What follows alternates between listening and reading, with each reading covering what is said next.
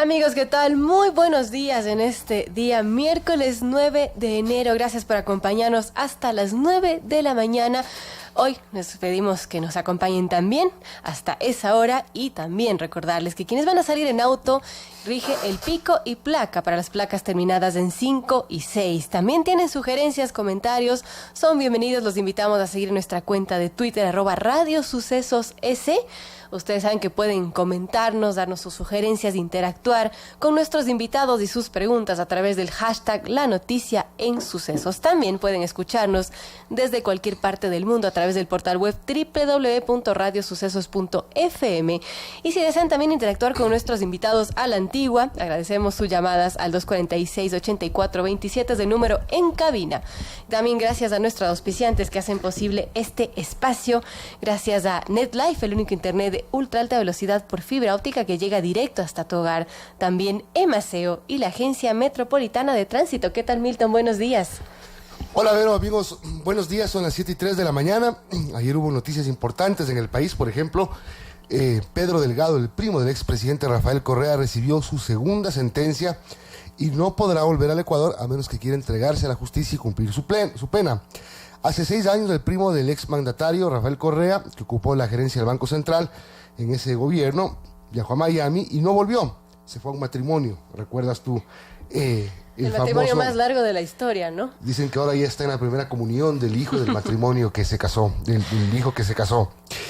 Ya no regresó al país y tampoco está dispuesto a ir a prisión. Ayer Delgado sumó en su contra una condena de 5 años acusado de enriquecimiento ilícito a la sentencia de 8 años que ya tenía por peculado bancario. El primo de Correa no habría justificado documentación o documentadamente un incremento patrimonial de $394,000. Delgado ocupó los cargos de asesor presidencial y presidente del Banco Central del Ecuador, además del fideicomiso No Más Impunidad.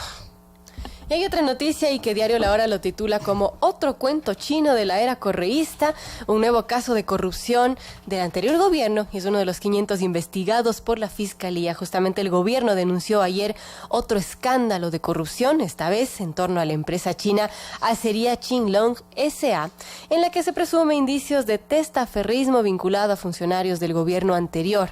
Esto ocurrió ayer en un allanamiento a la planta ubicada en el Cantón Milagro. La Fiscalía encontró $116,000 que estaban guardados en una caleta, maquinarias importadas sin documentos de respaldo y trabajadores de extranjeros ilegales, sin contratos regularizados. Las autoridades detallaron que se habrían cometido delitos de precarización laboral, defraudación tributaria, lavado de activos y también testaferrismo. Bueno, los productores audiovisuales piden al presidente de la República vetar el artículo 98 de la Ley de Comunicación. El gremio de audiovisuales ha realizado varias movilizaciones, plantones. Por ejemplo, el vocero Nicolás Smolik indicó que el motivo de la concentración fue entregar una carta al gobernador y expresar su rechazo a la modificación del artículo 98. El artículo 98 decía que no se pueden realizar producciones audiovisuales con fines comerciales fuera del país. Se ha modificado este artículo y se ha abierto la puerta para que venga gente de afuera, dicen los agremiados en el gremio de la producción audiovisual. Señalaron que no están cerrados y tampoco pretenden monopolizar el mercado. Nosotros lo que queremos es cerrar las puertas porque no tenemos las condiciones. Lo que pasa que la competencia no es justa, es un país dolarizado, nuestra producción es muy cara comparada con Perú, Colombia, Argentina, Chile, que son los que más o menos tienen el mismo nivel de calidad que nosotros. El artículo 98 sobre la producción de publicidad nacional menciona: la publicidad que se difunde en territorio ecuatoriano a través de los medios de comunicación deberá ser producida por personas naturales o jurídicas ecuatorianas cuya titularidad de la mayoría del paquete accionario corresponda a personas ecuatorianas o bienes que extranjeros radicados legalmente en el Ecuador y cuya nómina para su realización y producción la constituye al menos un 80% de personas ecuatorianas o extranjeros legalmente radicados en el país. En ese porcentaje de nómina o tiraje se incluirán las contrataciones de servicios profesionales. Vamos a hablar ya mismo sobre ese tema con representantes de este gremio. Sí, antes de contarles la agenda, entonces justamente tenemos ese tema en breve con Gonzalo Ponce Leiva, presidente de la Academia de Artes Visuales y Cinematográficas del Ecuador. También estará a las 7:30 Joaquín Viteri, presidente del Tribunal Contencioso Electoral, sobre el trabajo del contencioso en este próximo proceso electoral. También a las 8 arribará la asambleísta Yanine Cruz sobre el veto a las reformas de la Ley de Comunicación. Ella es parte de esta Comisión de Derechos Colectivos que ha tramitado estas reformas de la ley. Y también estaremos conversando con José Cabrera, consejero del Consejo Nacional Electoral, sobre el calendario ya para la campaña electoral que se nos viene en marzo. Así es, son las 7 de la mañana con 7 minutos. El diésel para transporte terrestre queda a 1,037 centavos. Ayer en la mañana se difundió el decreto ejecutivo por el cual se hace la aclaración respectiva, el 632, que aclara el 619, por el cual todo tipo de transportación que use diésel seguirá pagando $1.03. No obstante, ayer el ministro de Energía, Carlos Pérez, en estos micrófonos, dijo que para el sector particular se está buscando la forma de desmantelar el subsidio. Nos contó que había más o menos 100,000 vehículos de transporte público en el país que usan diésel y unos 100,000 vehículos de transporte particular que usan diésel. A ese sector de los 100,000 vehículos se está buscando la forma para poder levantar el subsidio. No obstante, es una tarea complicada porque cómo focalizar, cómo diferenciar en las estaciones de combustible o cómo entregar a los conductores de vehículos a diésel particular un no subsidio. Así es. Es un tema que lo va a trabajar el gobierno, seguramente va a tomar algún tiempo, pero por lo pronto todo queda congelado. Y recuerdo que ayer el ministro se refirió al precio del petróleo y justamente hoy la noticia le da la razón. Los precios del petróleo suben este miércoles en un mercado tranquilizado por los esfuerzos de la OPEP para limitar su producción y en un momento en que calman las inquietudes sobre la demanda. Ahora el barril de Brent del Mar del Norte, la referencia en Europa para entrega en marzo, superaba los $60 y pues el Intercontinental Exchange de Londres por primera vez en 3 semanas y media. Esto representa un alza del 20% en las últimas 2 semanas. Los países exportadores de la OPEP limitaron su producción como habían prometido a principios de diciembre y los inversores son más optimistas sobre la demanda debido a las negociaciones entre China y los Estados Unidos. Así que las previsiones del ministro de Hidrocarburos, de Energía, pues son ciertas las que dio ayer en nuestros micrófonos. 7 de la mañana, 9 minutos. Finalmente, ayer, el ex asesor de la asambleísta Ana Galarza, Lenín Rodríguez, cumplió su promesa y presentó una denuncia contra la legisladora en la Fiscalía General del Estado. Una denuncia por varias irregularidades, entre ellas la acusación de cobro de diezmos. Pero no es todo. Ayer en la Asamblea Nacional, el sector del correísmo también oficializó la denuncia para un procesamiento político a la asambleísta Ana Galarza, quien insistió que no va a renunciar. Insistió en decir que esto es una estrategia para alejarla de su tarea fiscalizadora. Ya veremos cómo se mueven las fuerzas políticas. Ayer la Revolución Ciudadana denunció que Creo está haciendo un espíritu de cuerpo para buscar defender a la legisladora y evitar que sea procesada y responda a las acusaciones tal y como fueron procesadas en su momento Norma Vallejo y también por otro tema Sofía Espín. Y sobre ese tema, Milton, amigos, Lenín Rodríguez, el ex asesor de la legisladora Ana Galarza, llegó con su abogado Luigi García. Llegaron a la fiscalía en la mañana de ayer y pues allí el abogado habló de un presunto concurso de delitos como concusión, enriquecimiento ilícito y también uso doloso de documentos falsos, esto como parte de las pruebas que se anexaron a esta denuncia presentada y que consta en el registro de uso de la tarjeta electrónica de Carmen Alvarado Ulloa, quien se desempeñaba como asesora 2 de Galarza y que según García en una entrevista pasada a la legisladora Ana Galarza habría dicho que Alvarado cumplía sus funciones en territorio, particularmente en Ambato, pero según el abogado, basado en el registro de acceso, presuntamente la asesora 2 habría ingresado a la Asamblea Nacional en 860 ocasiones. Son las 7 de la mañana, 11 minutos. Síganos en nuestra cuenta de Twitter, Radio Sucesos SE. Use el hashtag La Noticia en Sucesos para opinar, para preguntar, para darnos su criterio sobre los temas que tratamos en este programa. Ya mismo empezamos con nuestros invitados. Vamos a tratar las reformas a la Ley de Comunicación, el veto que se pide al presidente en ciertos artículos que resultan siendo polémicos para varios sectores que tienen que ver con la producción audiovisual. Y en otro tema, Milton, amigos, del Reventador, el volcán registró emisiones de vapor y ceniza de más de 1.000 metros, emisiones de vapor, gases y ceniza con alturas superiores a los 1.000 metros sobre la cumbre en dirección norte se registraron en la madrugada en el volcán Reventador, situado a unos 90 kilómetros al este de la capital. Así lo informó el Instituto Geofísico con información recogida por Diario El Comercio. De acuerdo a esta institución, también se divisó incandescencia a nivel del cráter y el rodar de bloques hasta 700 metros bajo la cumbre por el flanco sureste. Son las 7:12. Vamos a recibir a Gonzalo Ponce Leiva, presidente de la Academia de Artes Visuales y Cinematográficas del Ecuador. Vamos a hablar de la Ley de Comunicación, la reforma que hizo la Asamblea Nacional. Polémica al final porque se hicieron algunos cambios de última hora, por ejemplo el tema de las frecuencias, que sorprendió a todos, el tema de la modificación del artículo 98, que no se había dicho, que no se hizo público en la Comisión de Derechos Colectivos que trató la reforma de la Ley de Comunicación. Gonzalo, el artículo 98 que disponía desde hace 5 años que la publicidad se haga solamente, digamos, con mano de obra ecuatoriana. Ahora se hace una modificación, el texto es confuso, pero sin embargo lo que se nota es que se abre la puerta para la producción o el trabajo del exterior hacia el Ecuador. Buenos días, Gonzalo. Milton, Verónica, muchas gracias. Sí, nosotros como gremio audiovisual estamos las 10 asociaciones que representamos a todo el sector, directores y guionistas, productores, pueblos indígenas, documentalistas, etcétera. Y primero nos entendemos del espíritu de reforma de una ley que, si bien tiene un lado amable, se ha focalizado en el Darth Vader, en el monstruo que ha sido la represión, la censura, la humillación y la inquisición. Y eso no puede ser en tiempos democráticos. Sin embargo, de esta represión sí tiene cosas importantes de esa ley, como la tienen muchos mercados y muchos países, que es el fomento a la producción nacional. En ese contexto, las reformas actuales son regresivas.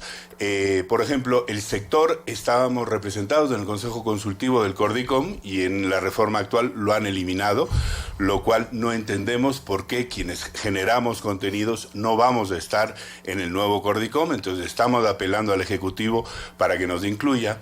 Y una regresión importante es la que tú estás diciendo. Primero, el planteamiento de reforma actual al artículo 98 es, por decirlo menos, demencial. Porque en la redacción, que luego nos dijeron que había sido al apuro y tal, en efecto, Corozo ni siquiera nos recibió. Como comisión le enviamos varias comunicaciones. Sí. Recibieron a muchos sectores. ¿Ustedes se sentaron en la comisión? No, le enviamos varias comunicaciones a Elizabeth Cabezas, a Corozo, a todos los asambleístas integrantes, y no solamente una carta pidiendo audiencia, sino una matriz con qué cambios considerábamos que para el sector son importantes. Entonces, no entendemos por qué el presidente y la comisión no acogen a la totalidad del sector audiovisual, cuando por esa comisión desfiló Raimundo y todo el mundo, como tiene que ser en la Casa del Pueblo, que es la Asamblea. Pero el artículo 98 en la versión actual es absolutamente absurdo, porque en el anterior decía que podían producir personas naturales o jurídicas domiciliadas en Ecuador. Actualmente, si tú lees el cambio, han omitido la palabra empresas, con lo cual, de acuerdo como está ahora, es solamente personas naturales del Ecuador o empresas jurídicas extranjeras que ocupen mano de obra ecuatoriana. Entonces es demencial, porque con el cambio actual lo que está haciendo es prohibir a que las empresas ecuatorianas trabajen, con lo cual denota que esa modificación ha sido hecha al apuro, sin pensarlo bien, sin redactarlo bien, y preocupa que se planteen reformas legislativas de ese calibre de una manera tan pueril. El cambio al artículo 98, ¿qué ha significado? El artículo 98 para el sector de la publicidad. Hay miles de familias que están actualmente trabajando en el sector. Se ha facturado más de 100 millones de dólares en los últimos 5 años. Solo solamente por eso. Este cambio en la ley. Solamente por eso. Anteriormente, ¿qué ocurría? Las empresas que hacían publicidad, tenías 3 formas de hacer publicidad. Una, te llegaba el cassette. En nuestras épocas, Milton, ¿te acuerdas que había cassettes? Ahora ya son disquetes y ya otra cosa. Pero antes te llegaba el cassette con la publicidad de X y la pautabas. Otra posibilidad era el filmar. Se escribía aquí ciertas cosas y se iban a filmar afuera. Con lo cual, el país, ¿qué ocurría? Ibas, filmabas en Buenos Aires un comercial, 5 o 6 días, no se generaba nada de trabajo en Ecuador, y cuando venía, era curioso, porque venía el ejecutivo de la agencia y venía trayendo un cassette que costaba 200, 300 mil dólares, que era lo que había costado los 2, 3 comerciales. Cuando llegaba al aeropuerto, a la señora que traía el televisor de Estados Unidos, que costaba 400, le cobraban un impuesto, y al señor que traía 300 mil dólares en el cassette no le cobraban nada. Todo ese recurso ahora se está invirtiendo en el Ecuador. Entonces, ¿esto qué ha permitido? Y se ha hecho grandes inversiones. Tú eres hombre de televisión, tú recuerdas grandes producciones en las que teníamos que alquilar cámaras de Colombia o de afuera, porque aquí no había la tecnología. Al haber asegurado un volumen de trabajo, ahora se han hecho inversiones millonarias en tecnología, en transferencia de conocimiento, que es muy importante, porque al principio, claro, había el temor. Ojo, yo no soy publicista, yo no hablo por el sector del publicista, pero para el audiovisual en su conjunto, si tú quieres hacer una película, sí es importante que el Ecuador cuente con la tecnología, cuente con los equipos, cuente con mano de obra calificada, y eso se ha dado gracias al artículo 98. 100 millones de dólares en 5 años. En los últimos 5 años de producción. Y tú ves, la producción audiovisual es un sector absolutamente formal de la economía. Nosotros pagamos con factura, tenemos retenciones, tú conoces bien la dinámica. Y el efecto es multiplicador. 100 millones de dólares que significan compra de equipos. Esos equipos son móviles, cámaras, todo el aparato tecnológico, mano de obra, es decir, gente profesionales, actores, camarógrafos, periodistas, productores, es decir, un sinnúmero de ramas de la comunicación que se fueron sumando. Por supuesto. Y ganando dinero. Por supuesto. Tú piensas que para un comercial se contrata de 50 a 80 personas. Y en un comercial gana el taxista, el del catering. O sea, hay una cadena, no es solamente el dueño de la productora. Entonces, aquí hay muchos puestos de trabajo que se han generado y no entendemos la lógica de por qué, si esto está contribuyendo, si está generando trabajo. Nosotros, además, ponen impuestos a las cámaras, impuestos demenciales, lo cual es absurdo, porque nosotros no producimos cámaras, entonces estamos condenados a comprar cámaras. Y son inversiones millonarias. Entonces, si la cosa está funcionando, si está generando empleo, tú que eres hombre de televisión, para hacer buena televisión, para hacer buen cine, tenemos que tener gente que tenga oficio. Y hoy por hoy, la única ventana que asegura un flujo de trabajo permanente es la publicidad. ¿Pero por qué creen ustedes que es un tema que fue hecho al apuro y no con otro sentido? Bueno, con primero, el sentido de beneficiar a alguien en especial. Buena pregunta. Primero, es evidente que está hecho al apuro en el sentido, bueno, y nos lo comentaron las personas que intervinieron. Quizás de última hora sí. Sí, de última hora, porque además tú no puedes hacer una reforma en la que prohíbes a las empresas ecuatorianas producir. Es demencial. Lo que el 98 dice es que tiene que ser hecha en territorio ecuatoriano por personas jurídicas o naturales o extranjeros legalmente residentes del Ecuador. Al tú abrir y decir empresas extranjeras, ¿qué es lo que va a ocurrir? Hemos tenido inclusive conversaciones con productores ecuatorianos que viven en el exterior. Entendemos el espíritu de ayudar a los migrantes, pero esta gente tiene que tener claridad en que se legisle con leyes que puedan ser controladas, porque si tú mañana recibes un comercial que está hecho en Nueva York y te dicen, sí, lo ha hecho Milton Pérez, es el camarógrafo, Verónica es la sonidista y Gonzalo es del... ¿Cómo compruebas eso? Se está abriendo la puerta a que se haga trampa, a que sean comerciales hechos en el exterior, luego van a la colonia ecuatoriana, oye, fírmame tú aquí. Entonces no está bien el abrir puertas y el legislar con cosas que no puedes controlar. Y aparte le sacan del Cordicom. Y aparte sacan al sector del Cordicom. Te digo... Entonces no es un tema no planificado.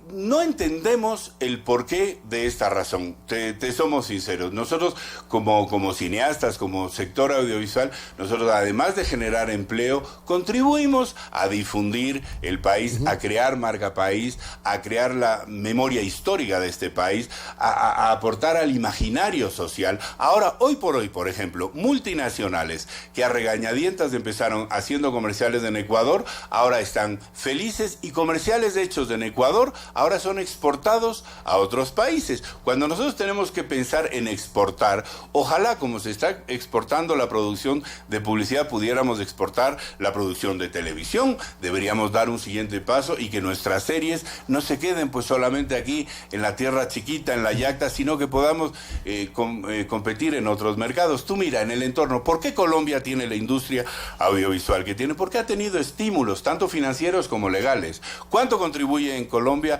al PIB de Colombia? Shakira, Juanes y Vives. Son parte, el show del entretenimiento, lo que Iván Duque, el presidente de Colombia, habla de la economía naranja, lo que el BID califica como las industrias creativas, aportan un montón de dinero. Recuerdo que hace pocos meses el presidente Santos, de ese entonces, aportó $600,000 a Netflix para que grabe una parte extra de la serie Narcos, si no me equivoco. Exacto. Y fue Antonio Banderas, y ha ido Tom Cruise, y en Ecuador no tenemos ningún tipo de estímulo.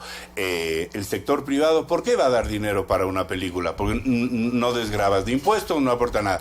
Y un tema muy importante es que la Asamblea tiene que ser coherente con lo que propone. El año pasado se aprobó una ley de fomento productivo que establece al cine y al audiovisual como un sector prioritario, estratégico, al cual hay que apoyar.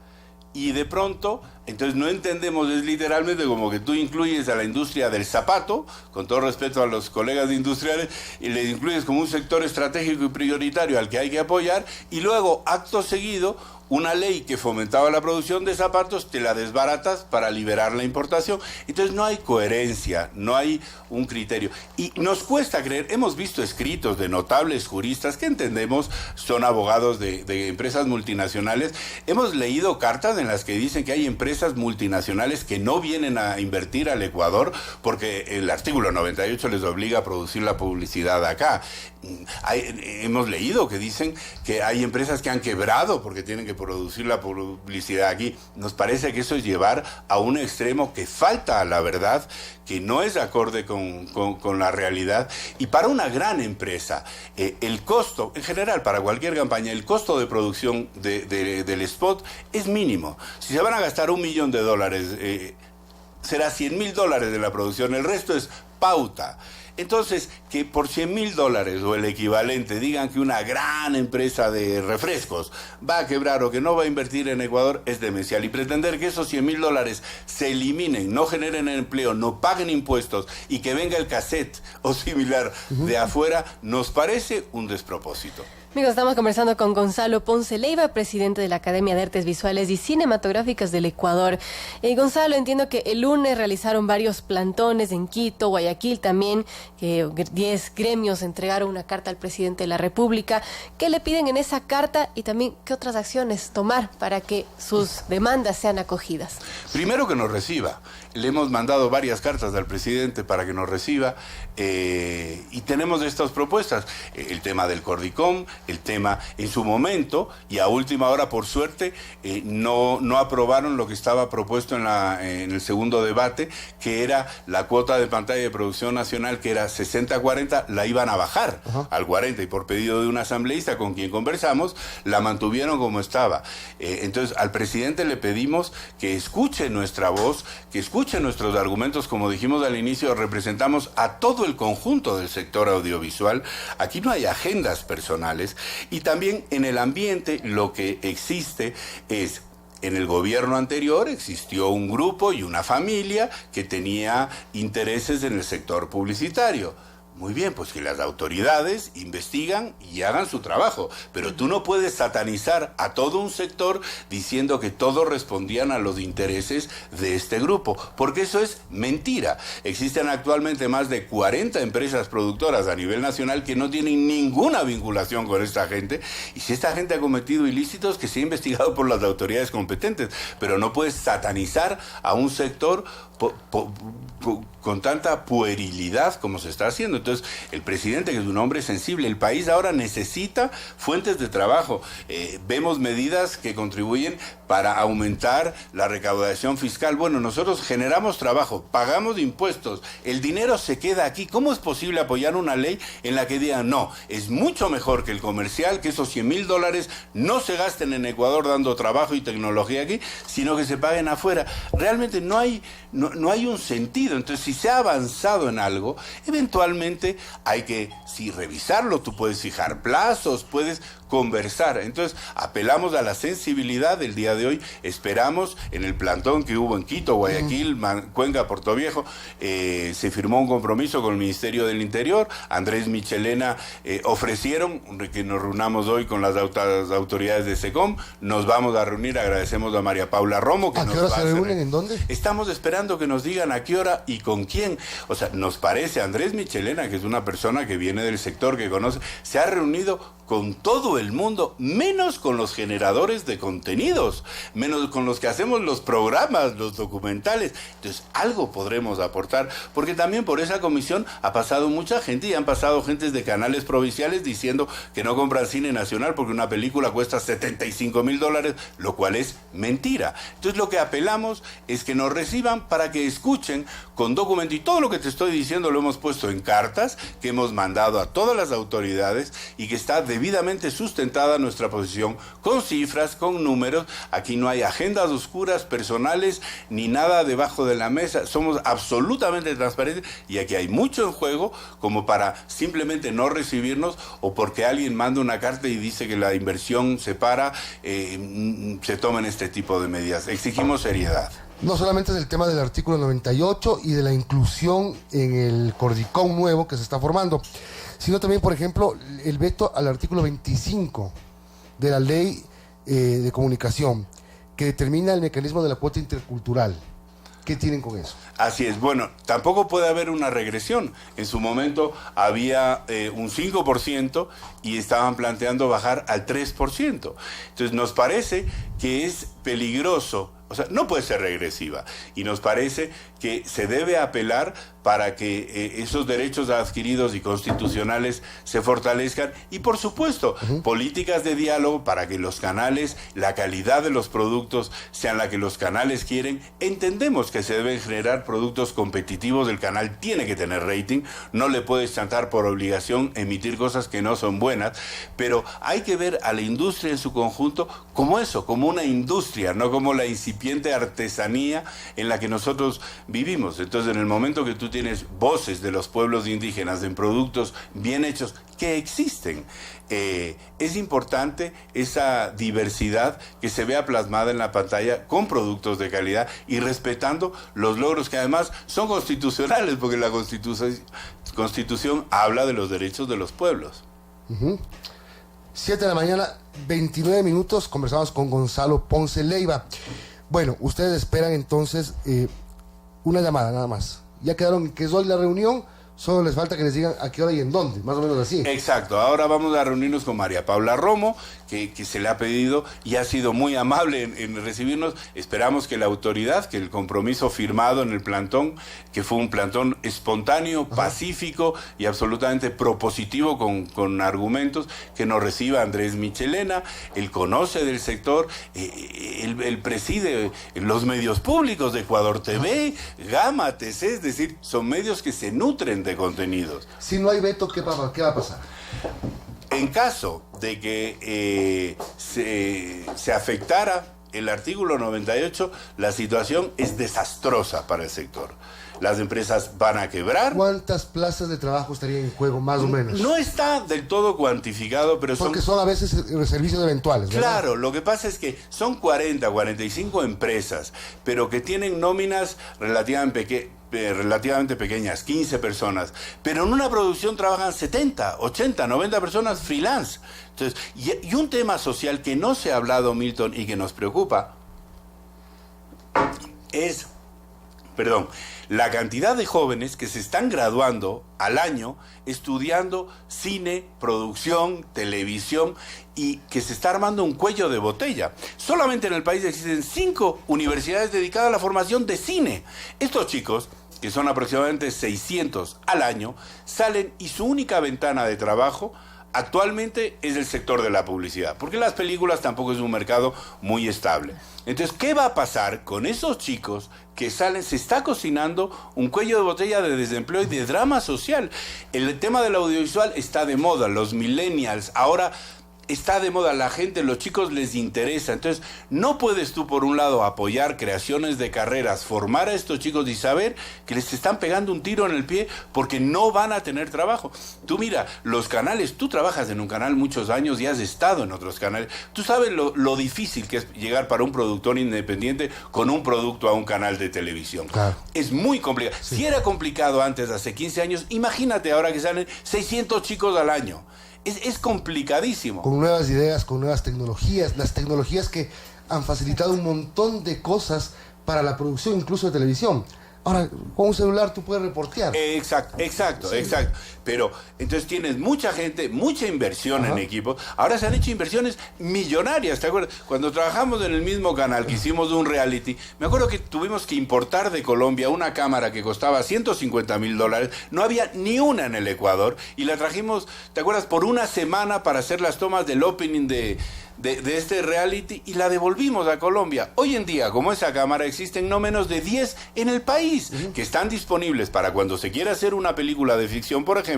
Ya no es metafísico el tener que alquilar y hacer una coproducción con Francia para que te presten 2 semanas la cámara. Aquí ya la tienes. Entonces, esas son realidades que hay que entender, que hay que respetar y que hay que apoyar. Bien, 8:15 de la mañana es la cita con María Paula Romo, me acaban de confirmar, no sé si sabías. Fantástico. Salgo de aquí a toda pastilla. Maravilla. ¿Algo más, Vero? Bueno, quizás para finalizar, Gonzalo, ¿cómo está el sector audiovisual, el mercado en estos momentos y cómo se proyecta en este año con todo el contexto que nos comentas, con todo el contexto también de los estudiantes que podrían ya salir y no tener una plaza de trabajo? Bueno, muy preocupado, evidentemente, porque somos un país donde la industria audiovisual es incipiente, no existen estímulos aún fiscales, existe la ley, pero aún no existe el reglamento, no existen estímulos fiscales para la producción audiovisual. Para el sector privado no tiene ningún estímulo para invertir. Antes había empresas que apoyaban a la cultura. Ahora no apoya nada, entonces todo es autogestión, endeudamiento, se hacen películas así, apelando a los fondos de afuera, pero aquí no existe un presupuesto del ICA. Todos los países del mundo necesitan un apoyo del Estado para generar su industria audiovisual. Todos, Francia, España, todos, salvo la mega industria de Hollywood. Todos. Tú quitas del Instituto de Apoyo de Francia y no se podría hacer cine en Francia. ¿Por qué? Porque tú para acceder a fondos internacionales, lo primero que te dicen es cuánto te han dado en tu país. Por lo general son pequeños capitales, claro, semillas. Pero si tú vas y dices, no, en mi país no me da nada, pero a ti, Francia, esta es la historia de un francés que llegó a las Galápagos y me tienes que dar $1 millón, no funciona así. Entonces, tiene que haber una política pública establecida. Hoy por hoy, por ejemplo, el ICA, que está excelentemente gestionado por grandes profesionales que conocen del sector, no tienen un presupuesto asignado fijo. Entonces dependemos de la caridad, de poner el dedo en el viento y decir, bueno, ¿cuánto nos da papá Estado este año? Siendo que otros países como Colombia, tú bien lo has dicho, no solamente fomentan una comisión fílmica para que las coproducciones vayan a filmar a Colombia, sino que hay estímulos fiscales. En República Dominicana, el Estado, si va a una producción a filmar en República Dominicana, le devuelven hasta el 25% de lo que ha invertido en Dominicana, de entrada. No pagan IVA, no pagan ningún tipo de arancel. Facilidades absoluta para la importación de equipos. Métete tú aquí a importar un container de equipos y el drama que implica el sufrir todo el proceso de aduanas y todas los procesos. Es decir, ver como una política de Estado. Entonces, si aquí ya se ha planteado una ley de fomento productivo, se ve al sector como un sector prioritario y estratégico, hay que ser coherente y hay que tomar medidas que apoyen a una actividad productiva. Bien, vamos a estar pendientes y a ver cómo sale el veto. Gracias, Gonzalo Ponce Leiva, presidente de la Academia de Artes Visuales y Cinematográficas del Ecuador. Vamos a la pausa, Vero, y estamos enseguida con el presidente del Tribunal Contencioso Electoral. Fuerte trabajo que le toca en esta jornada electoral. Sí, amigos, regresamos.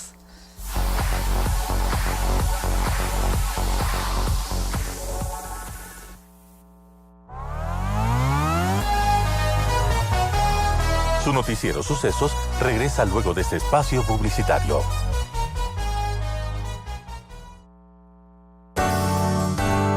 Inicio de espacio publicitario. Peatones y ciclistas son los actores más vulnerables en las vías. Como conductores responsables, respetemos los cruces seguros y no invadamos los pasos cebras. Trabajamos por tu seguridad, porque te queremos a salvo. Agencia Metropolitana de Tránsito. Quito, cuenta contigo. Alcaldía de Quito. Tú cuentas con Quito. Quiero pasar más tiempo con mi familia y con el metro lo voy a poder hacer. Conseguimos el financiamiento, construimos y sacamos adelante el Metro de Quito, que va a transportar a más de 400,000 pasajeros diariamente, ahorrándoles muchísimo tiempo. Yo solo necesitaba que me tuvieran en cuenta. Tú cuentas con Quito y Quito cuenta contigo. Es un mensaje de la AMT, Alcaldía de Quito. Fin de espacio publicitario.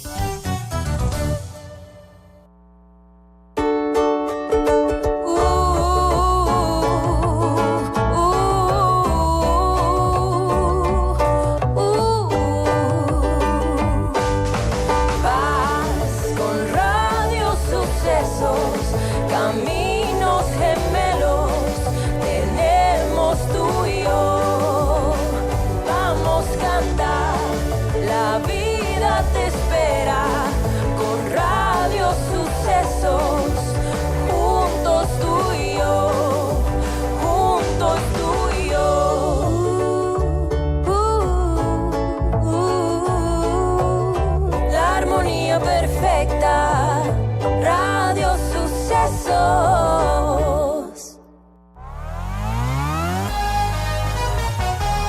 Continuamos en su noticiero Sucesos.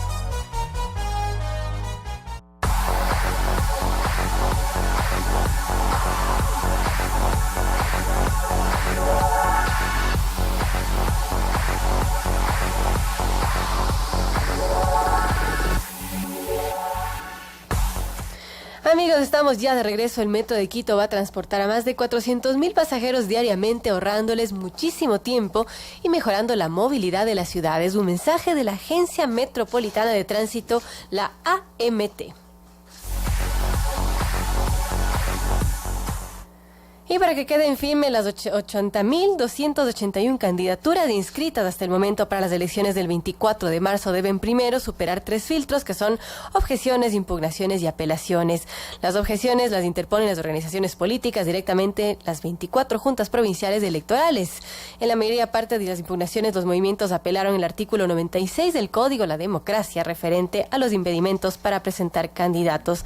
La normativa prohíbe la participación de ciudadanos que hayan recibido sentencias condenatorias por delito de peculado, enriquecimiento ilícito, concusión, cohecho, tráfico de influencias, así como lavado de activos y delincuencia organizada relacionada con actos de corrupción. Entre las 33 impugnaciones, la mayoría está relacionada con glosas emitidas por la Contraloría, aunque el CNE ha mencionado que informará al final el proceso para no incurrir en prevaricato. En el caso de las objeciones, en Pichincha solo hubo 6 para más de 7,000 candidatos inscritos, así ha señalado Luisana Becerra, presidente de la Junta. La funcionaria dijo que está impedida de revelar los candidatos objetados, pero adelantó que su participación fue cuestionada por adeudar pensiones alimenticias, presentar documentación fuera de plazos y por haber renunciado a cargos públicos a destiempo. También hubo casos de candidatos señalados por ser concesionarios de frecuencias de radio y televisión o no contar con la autorización de movimientos políticos para su participación de los comicios. Así pues está la situación y el Tribunal Contencioso Electoral también deberá resolver estas impugnaciones, estas apelaciones, que son los recursos de última instancia y que resuelve el Tribunal Contencioso Electoral. Y para ello vamos a conversar con el presidente del Tribunal Contencioso Electoral, Joaquín Viteri. Doctor, gracias por acompañarnos. Bueno, antes de entrar con el tema de las apelaciones, usted ha dicho ayer en un canal de televisión que están listos para recibir una ola de impugnaciones. Son 80.000 candidatos inscritos, hay algunas que se han presentado ya. Lo primero, participaron del sorteo para la conformación de las listas de los candidatos, los 43, para el Consejo de Participación Ciudadana. Buenos días. Buenos días, les agradezco mucho la invitación. En efecto, el Tribunal Contencioso Electoral tiene la competencia de conocer los recursos que interponen los sujetos políticos. Si se han presentado de manera oportuna, con fundamentación constitucional y legal, para efectos de que el tribunal se pronuncie dentro de los plazos que establece justamente la ley. En ese sentido, nosotros estamos esperando los recursos. Ya hemos recibido prácticamente 22, de los cuales en este mes de enero hemos resuelto ya 2. Esta semana vamos a trabajar sábado y domingo igualmente como lo hemos hecho anteriormente, porque hasta aquí hemos resuelto 46 causas en un mes y 6 días. Entonces, estamos trabajando, y en eso tengo que reconocer el papel protagónico de las juezas y de los jueces y de los funcionarios, servidoras y servidores de carrera del tribunal, que han colaborado de una manera muy eficiente para lograr justamente este tipo de atención a los sujetos políticos. Entonces, nosotros consideramos que en este momento los recursos presentados son mínimos. Usted comprenderá, como bien hacía la precisión la señorita periodista, de 80.281 candidaturas, vendrán por cientos y a lo mejor, ojalá no, por miles los recursos, las impugnaciones, las descalificaciones para conocimiento del tribunal. Y el tribunal, eso sí, puedo garantizarle a los ciudadanos, a los sujetos políticos, a los medios de comunicación, que actuará estrictamente de acuerdo con lo que dice la Constitución y la ley. ¿Cuáles son los plazos para resolver todas las impugnaciones que se presentan? Eso es tan importante, la precisión que usted acaba de hacer, porque muchas veces los sujetos políticos, los representantes de los partidos, de los movimientos, no interponen a tiempo los recursos. Sin entender que cuando hablamos de plazos, como usted bien lo ha precisado, se incorporan sábados, domingos, días de descanso obligatorio, días feriados, todos los días. Lo mismo nosotros hemos tenido que trabajar el 6 de diciembre, el 24, el 31, hemos tenido que trabajar para atender oportunamente los recursos. Pero usted ve que tenemos un récord que no ha tenido históricamente el tribunal, de prácticamente hacer más de una causa por un día. O sea, eso implica, usted comprenderá, estudiar, analizar, equipos de trabajo de juristas realizando los estudios necesarios para efectos de que se logre atender oportunamente. Por eso creo que la precisión que hace un momento usted decía, el ciudadano debe saber que interpone el recurso lo tiene que hacer en cualquier día y el tribunal lo recibe a cualquier hora, para efectos de que aboque conocimiento y revise si es que está bien planteado el recurso. Si no está bien planteado, le pedirá que amplíe, que aclare. Si no lo hace, quedará prácticamente rechazado. Si lo hace, entonces inmediatamente se admitirá trámite y vendrá la resolución del Pleno del Tribunal. 5 días para resolver. Bueno, ¿y ustedes están completos para realizar este trabajo? En este momento sí. Efectivamente, los 3 jueces que estamos con carácter provisional, porque estamos inscritos en el concurso que ha convocado el Consejo Nacional de Participación Ciudadana, pero en este momento tenemos la calidad de jueces interinos, si cabe el término, para efectos de que el tribunal tenga pleno, porque estaba prácticamente, podríamos decir, en una crisis muy grave el tribunal, porque estaban acumuladas las causas en razón de que solamente había 2 jueces, y no podía haber pleno, porque el pleno, de acuerdo con la ley, tiene que tener con 5 jueces. Y la votación sí puede regularse por una mayoría de 3. ¿Y todo lo represado que dejó el anterior TCE? Eso le comentaba. Está completamente...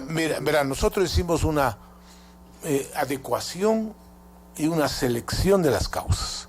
Decíamos, estamos cerca del 21 de diciembre en donde se van a inscribir las candidaturas. Resolvamos primero las situaciones referentes a las candidaturas del Consejo de Participación Ciudadana, de los partidos políticos, para habilitarles a que puedan participar en el proceso electoral. Entonces de ahí se seleccionaron las causas exclusivamente relacionadas con el proceso, para que no haya una afectación al sistema democrático.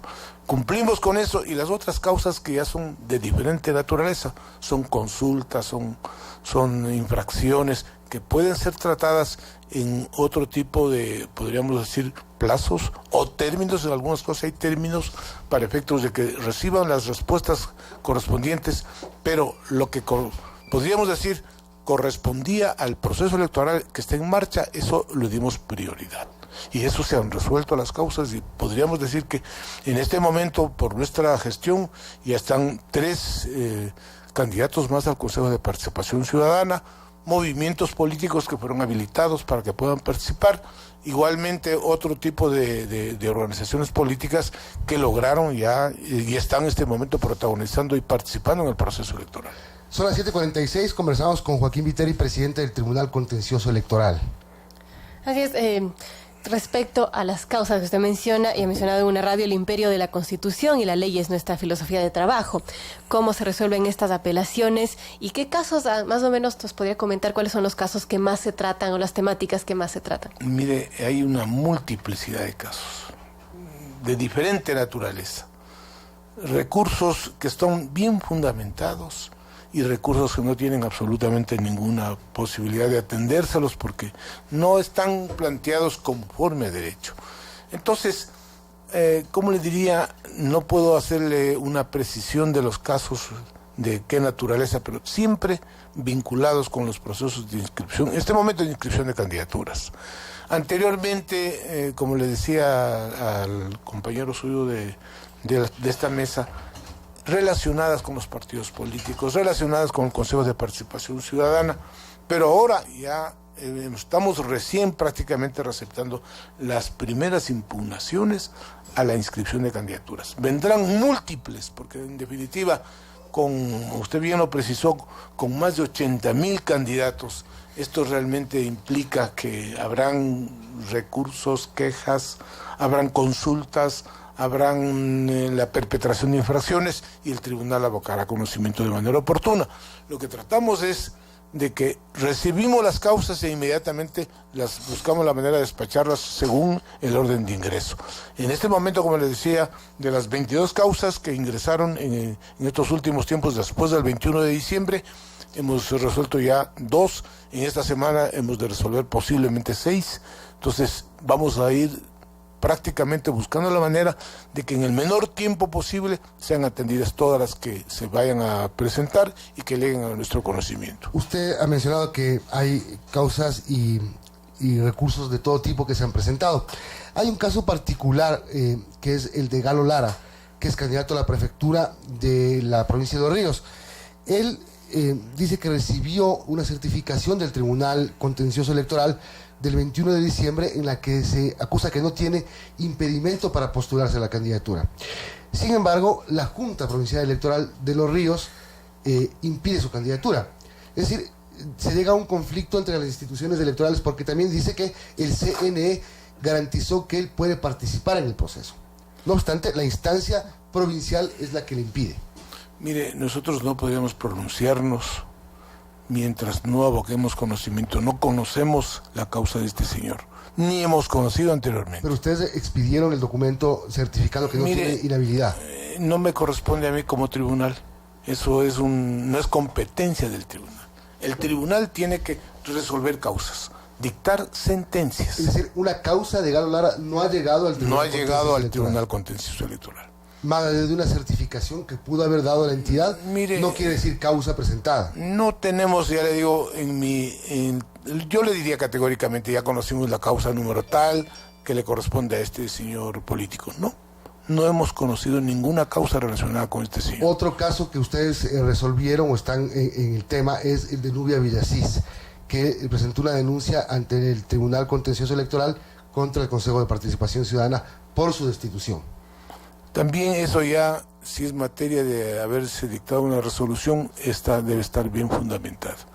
Eso le digo categóricamente, las resoluciones que nosotros dictamos se les notifica a las partes y las partes tienen que hacer cualquier tipo de alegato. No le voy a decir aquí en este medio de comunicación de qué manera nos hemos pronunciado y hemos resuelto, porque comprenderá usted es un tema sumamente delicado y muy particular y no quisiera que más tarde se vaya a hablar de que estoy prevaricando.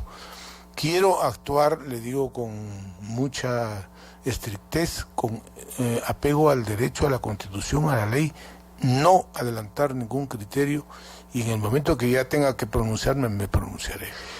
Bueno, le voy a cambiar de tema para que no entre en conflicto de que pueda o no pronunciarse como juez por temas que no puede pronunciarse. Vamos con las impugnaciones, regresemos un poco con ese tema. Es la primera vez que el Ecuador va a elegir de forma universal a los vocales del Consejo de Participación Ciudadana. Esto ha sido un procedimiento quizás hasta extraño. Así es. Por la propia inclusive definición de los candidatos, por la propia definición de si es que es una papeleta, como dice la ley, no se está olvidando la ley porque es una dividida en tres y eso no prohíbe la ley. ¿Cuántos candidatos iban a ser? Iban a ser unas sábanas, terminaron siendo 43. En el tema de los recursos que resuelve el Tribunal Contencioso Electoral respecto del Consejo de Participación Ciudadana, ¿han tenido algún, digamos, tema extraño en esta resolución de causas? Mire, este momento, como usted conoce públicamente, el Consejo Nacional Electoral hizo un sorteo. Ajá. Y yo estuve presente en esa sesión de trabajo, hizo un sorteo y de esa manera determinaron el orden en que van los candidatos al Consejo de Participación Ciudadana. Entonces, en ese sentido, hasta este momento no tenemos nosotros conocimiento de ningún recurso que se haya interpuesto por esta situación. Todos los procedimientos que se están llevando a cabo para terminar el 24 de marzo en la elección popular del Consejo están apegados al Código de la Democracia, es decir, al derecho que tienen todos los candidatos a ser elegidos, a ser conocidos. No pueden hacer campaña. Exactamente. Creo que el CNE tiene que hacer la difusión de quiénes son estas 43 personas. Así es. Mire, tenemos que estar muy claros en los ámbitos. El ámbito administrativo le corresponde al Consejo Nacional Electoral. Así es. A las juntas provinciales electorales. Nosotros solo conocemos los recursos. O sea, el sujeto político, y eso también es importante aclarar, el sujeto político es el representante del partido, el representante del movimiento que esté reconocido jurídicamente. Si no está reconocido jurídicamente, si no está conforme su designación al estatuto, entonces ahí puede alegarse alguna situación delicada. Entonces, el sujeto político representado legalmente es el que tiene competencia para interponer el recurso de apelación y cualquier otro tipo de acción ante el Tribunal Contencioso Electoral. Entonces, todo el ámbito administrativo de la calificación de las papeletas, la forma como van a elaborarlas, eso es una competencia exclusiva del Consejo Nacional Electoral, no del Tribunal. 7:53, conversamos con Joaquín Viteri, presidente del Tribunal Contencioso Electoral. No sé si tienes algún tema más sobre lo que están tratando en este momento, porque quiero preguntarle otra situación al presidente. Pregunte, Milton. Hace algunos meses, antes de que sea relevado el Tribunal Contencioso Electoral por el Consejo de Participación Ciudadana, la presidenta de ese entonces presentó una denuncia en el manejo de temas de imagen del Tribunal Contencioso Electoral, que se gastó tanta plata para crear la cuenta Twitter, que se gastó tanta plata para crear campañas de posicionamiento del Tribunal Contencioso Electoral, cuando, como usted largamente lo ha detallado, no es un organismo que necesite tener una exposición publicitaria, a diferencia del CNE, por ejemplo, que se contrataron personas ligadas con el gobierno anterior que se encargaban, probadamente además, de hacer campañas contra medios de comunicación, contra ciertos sectores de la sociedad, etcétera, que fueron contratados por el Tribunal Contencioso Electoral y que se gastó algún dinero para estas campañas de posicionamiento? ¿Cómo encontró usted la institución? Mire, le digo con mucha interés, nosotros al ingresar al tribunal, lo primero que pedimos es las causas. No nos hemos dedicado a la investigación de lo que usted acaba de decir, que es muy delicado, y lo hemos pedido de manera directa al señor Contralor General del Estado, porque le corresponde a la Contraloría General del Estado hacer este tipo de, podríamos decir, exámenes especiales en los cuales se determinan las responsabilidades. Pueden ser administrativas, civiles o presunción de responsabilidad penal. Todo eso tiene que hacerlo. Y si hay una denuncia pública, como usted bien lo ha dicho, esto necesariamente es un tema interno que tiene que la Contraloría pronunciarse. Y nosotros le hemos pedido públicamente al señor Contralor de que por favor venga o envíe un equipo para que se realice un examen de todo lo que corresponde al ámbito administrativo, a lo que ha ocurrido anteriormente en el Tribunal Contencioso Electoral. En ese sentido, tenga usted la total seguridad de que se va a hacer las investigaciones pertinentes para que se establezcan las responsabilidades que correspondan. Como usted comprenderá, nosotros estamos en este momento preocupados por resolver, y estamos las 24 horas del día, le digo con mucho interés, inclusive dejando a un lado la familia y todo lo que ha sido materia de una relación normal en una persona, para dedicarnos con responsabilidad a garantizar lo más fundamental, que es lo que usted decía hace un momento, el derecho constitucional de las personas de elegir y ser elegidos. Entonces, después y además, con la participación, y lo pido muy respetuosamente y de manera pública al señor Contralor, que ante estas denuncias de los medios de comunicación, es importante que el señor Contralor envíe un equipo investigador para que se determinen todas las acciones, omisiones, infracciones que justamente pueden haberse perpetrado en las anteriores administraciones. Nosotros en este momento, le digo con mucha entereza y con mucha sinceridad, estamos dedicados al ámbito electoral, dedicado a atender este momento la emergencia que corresponde de resolver las causas, primero que estaban pendientes y que eran de urgente solución. Y luego, mire, acuérdese que había solo 40 candidatos, ahora hay 43. Y como le decía hace un momento, por eso fue importante su orientación al ciudadano, de que muchas causas, en el caso de los candidatos al Consejo de Participación Ciudadana, habían interpuesto mal, habían interpuesto de manera extemporánea, no completaron, cuando decimos, vea, complete, aclare. Entonces, eso necesariamente, y ahí quiero decirle algo que es muy importante. Ayer estuve yo justamente con los funcionarios del tribunal, porque a mí sí me parece importante que la ciudadanía conozca qué hace el tribunal, cuál es la normativa del tribunal, inclusive que haya una publicación, o sea, la publicación no es mala, si se lo hace de manera muy motivada y bien orientada, en el sentido de decirle al ciudadano, lo que estamos comentando en este momento aquí en el medio de comunicación, usted tiene sus derechos, usted puede ejercerlos a través de la persona que representa al partido político o al movimiento político al que usted está militando, para efectos de que se respeten los derechos constitucionales. O sea, la difusión de inclusive ayer comentábamos y vamos a tratar de hacer un trabajo mancomunado muy cercano con el Consejo Nacional Electoral para que todo salga coherente, todo salga realmente con una, yo diría, concordancia con lo que dice la Constitución, con lo que dice la ley, para garantizar el respeto al derecho ciudadano de poder justamente sufragar en las próximas elecciones y que se respete su voluntad popular. Y quisiera hacerle una pregunta a Joaquín Viteri, presidente del Tribunal Contencioso Electoral. Hay muchas voces que apuntan a que se debe reformar el Código de la Democracia, que tiene muchos vacíos legales. ¿Cuál es su opinión al respecto? Totalmente de acuerdo. Inclusive ya estamos nosotros preparando un proyecto de reforma, porque efectivamente un tema que es neurálgico, yo diría delicado, que ustedes de alguna manera, usted también tocó ese tema, es las prohibiciones a las personas que están justamente como candidatos. En este momento las prohibiciones están en la Constitución, porque hay que reformar la Constitución y la ley. En la Constitución y en la ley son diversas y no son, yo diría, atinentes a lo que usted hacía referencia.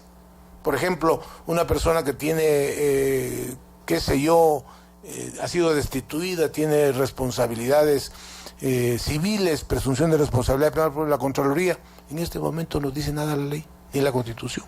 Entonces una reforma, por decir un solo tema, es urgente a la ley orgánica electoral o código de la democracia. Tiene que hacerse una reforma y nosotros lo vamos a proponer.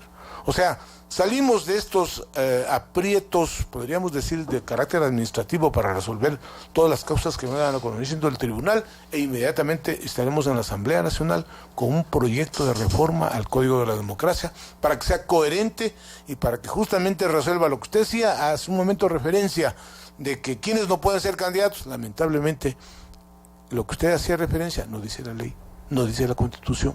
Entonces, en un momento determinado, el ciudadano va a decir, no, pues si a mí no me prohíbe, yo puedo.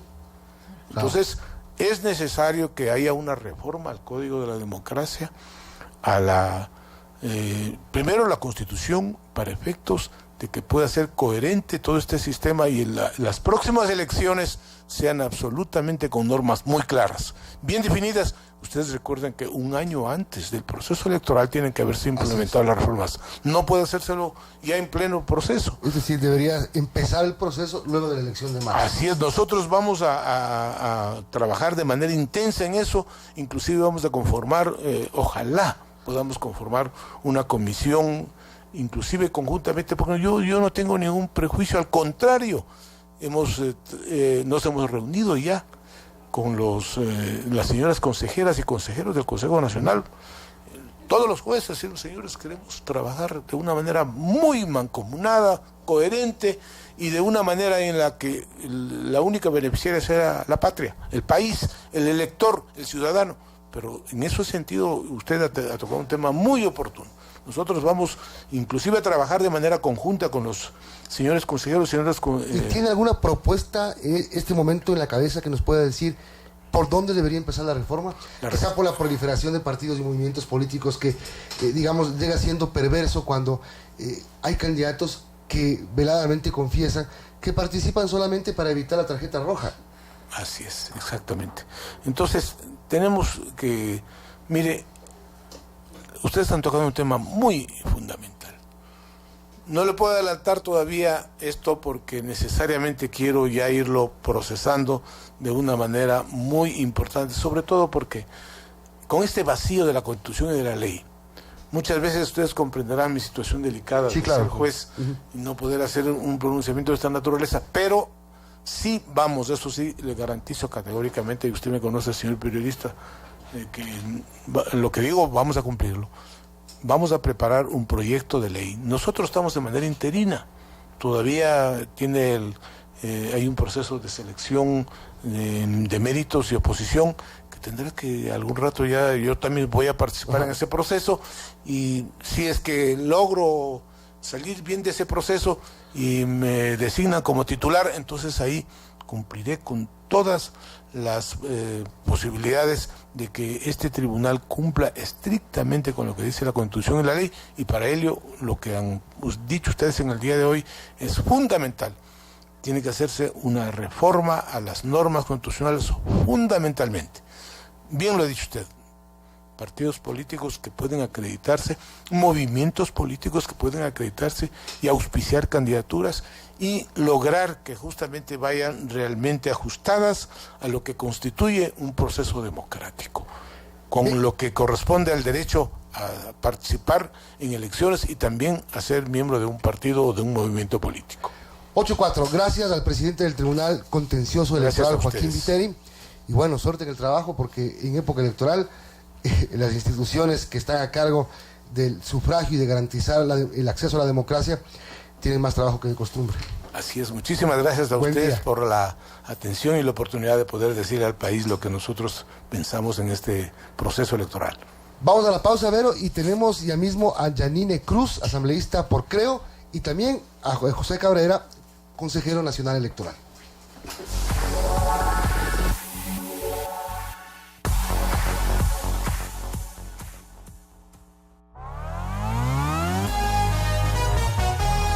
Su noticiero Sucesos regresa luego de este espacio publicitario. 8 horas, 5 minutos. Inicio de espacio publicitario. Eso, con fuerza. Ya llegamos un poco más. Abre el contenedor para lanzar los escombros a la basura. ¡Vecinos! ¿Qué creen que están haciendo? Nada, solo estamos botando basura. ¿Basura? Eso no es basura. Ladrillos, concreto, material de construcción son escombros. Y los muebles viejos, colchones y electrodomésticos dañados son tereques. Oye, pana, la Bessie tiene razón. Los escombros y tereques pueden dañar los recolectores. Bessie, ¿acaso usted trabaja en Emaceo? No, vecinos. Yo soy una ciudadana que quiere a Quito. Conozca los lugares de recolección de escombros y tereques en www.emaceo.gov.es/Quito a reciclar. Quito cuenta contigo. Peatones y ciclistas son los actores más vulnerables en las vías. Como conductores responsables, respetemos los cruces seguros y no invadamos los pasos cebras. Trabajamos por tu seguridad, porque te queremos a salvo. Agencia Metropolitana de Tránsito. Quito cuenta contigo. Alcaldía de Quito. Fin de espacio publicitario.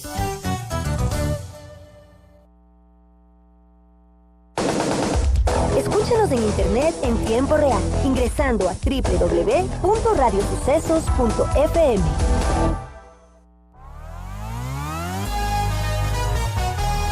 Continuamos en su noticiero Sucesos.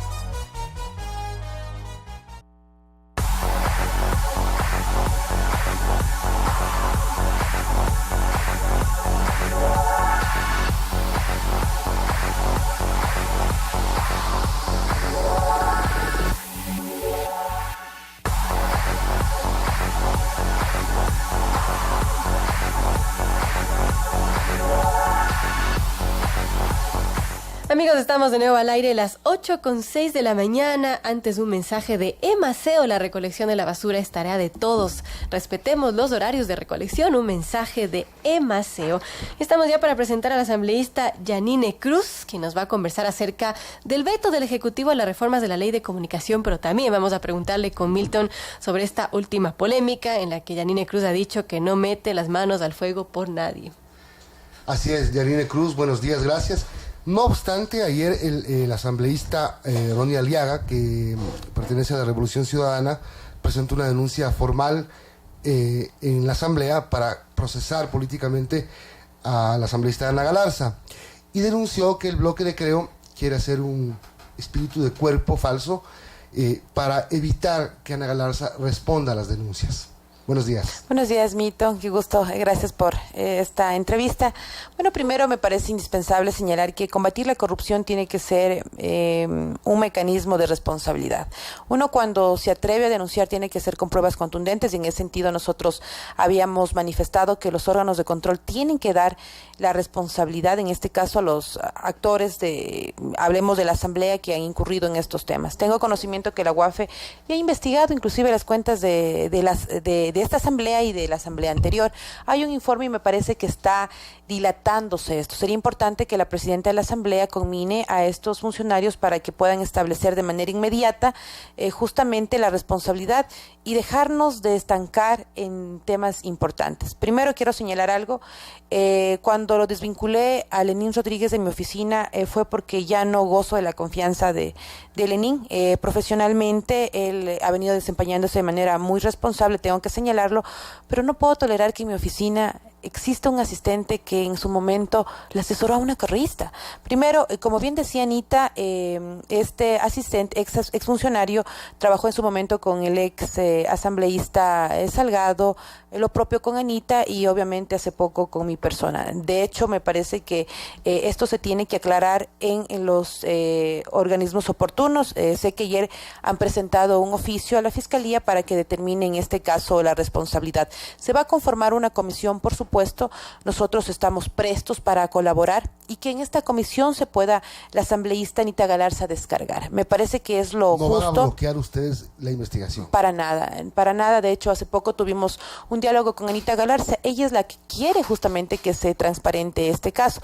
Veamos de qué manera se determina también la comparecencia de todos los actores que han estado, en este caso, de alguna manera denunciándola a Anita Galarza, para que ellos también puedan dar las pruebas del caso. No se puede decir me depositó dinero si no hay las pruebas contundentes. El tema es que también como estamos en un momento a puertas electoral, muchos utilizan estos mecanismos para a veces dañar la imagen y esos son los avatares de la vida pública. Milton, el político está expuesto justamente a esto y lo más responsable que se puede hacer es que esa comisión se cree para que se pueda transparentar los procesos y sea el pueblo ecuatoriano quienes juzguen obviamente el comportamiento de Anita Galarza. Y hay que señalar que Anita ha sido una de las legisladoras que ha combatido a fuertes temas de corrupción. Y yo lo puedo decir porque también hemos pasado nosotros por procesos de fiscalización fuertes. Nos han investigado la vida privada y no han encontrado nada. Entonces, me parece que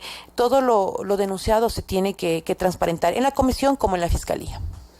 Usted les vincula a Lenin Rodríguez porque se entera lo que estaba haciendo con la asambleísta, que dejó de ser correísta y se transformó en morenista, Norma Vallejo, ¿no? Porque cuando fue destituida era del bloque de Alianza País. ¿Usted se enteró de eso cuando lo denuncian o ya venía sospechando o ya se había enterado antes lo que estaba pasando con su asesor? Habían denuncias en pasillos de que iban a empezar a sacar temas de diezmos de todas las bancadas, ¿no? Y en algún momento Lenín me dijo que efectivamente la cosa se pone fuerte, que he hablado con algunos medios de comunicación que están investigando. Bueno, pasó el tema y cuando hablaba con Anita, primero, nunca hubo una relación complicada con Lenín, jamás me habló en contra ni de Diego ni de Anita, tengo que señalar con toda seriedad. Y cuando yo le pregunté a Lenín si en algún momento él tuvo acercamientos con la ex asambleísta Vallejo, me dijo no, absolutamente falso. Y para mí fue una sorpresa cuando escuché el audio. Entonces dije, bueno, ¿por qué faltó a la verdad? Y hablé con Lenín directamente, le dije, yo por 3 ocasiones le pedí la verdad. Usted se reunió con la ex legisladora y se quedó callada. Entonces, es por eso que yo lo desvinculo a Lenín. Es un muy buen profesional, pero ocultarme esto en el despacho cuando hemos estado en un bloque que hemos combatido no tiene carta de presentación. Y en el caso de que se dio la denuncia por Lenín, recuerdo que la presidenta conminó a todos los ex asesores, asistentes, de que lo hagan mediante la presidencia para que se pueda enviar esto a la fiscalía. Me llama la atención primero porque salen los audios ahora. Parece que todo fue tan orquestado, tan bien elaborado. Y lo que más nos llama la atención es que hoy los correístas tratan de llamar obviamente a la conformación de la comisión, que nosotros no retrocedemos en eso, me parece que es el camino adecuado para que se pueda transparentar.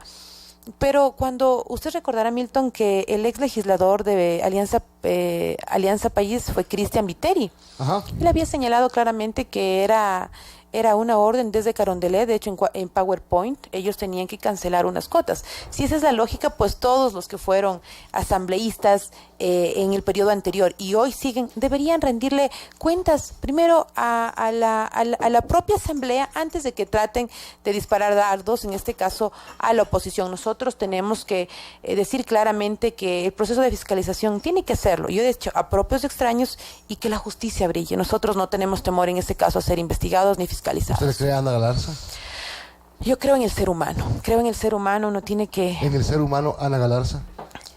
Anita ha demostrado una buena batalla en el tema de corrupción. ¿Ustedes han trabajado juntas? Sí, por supuesto. Fueron a denunciar el caso Caminosca. Claro que sí.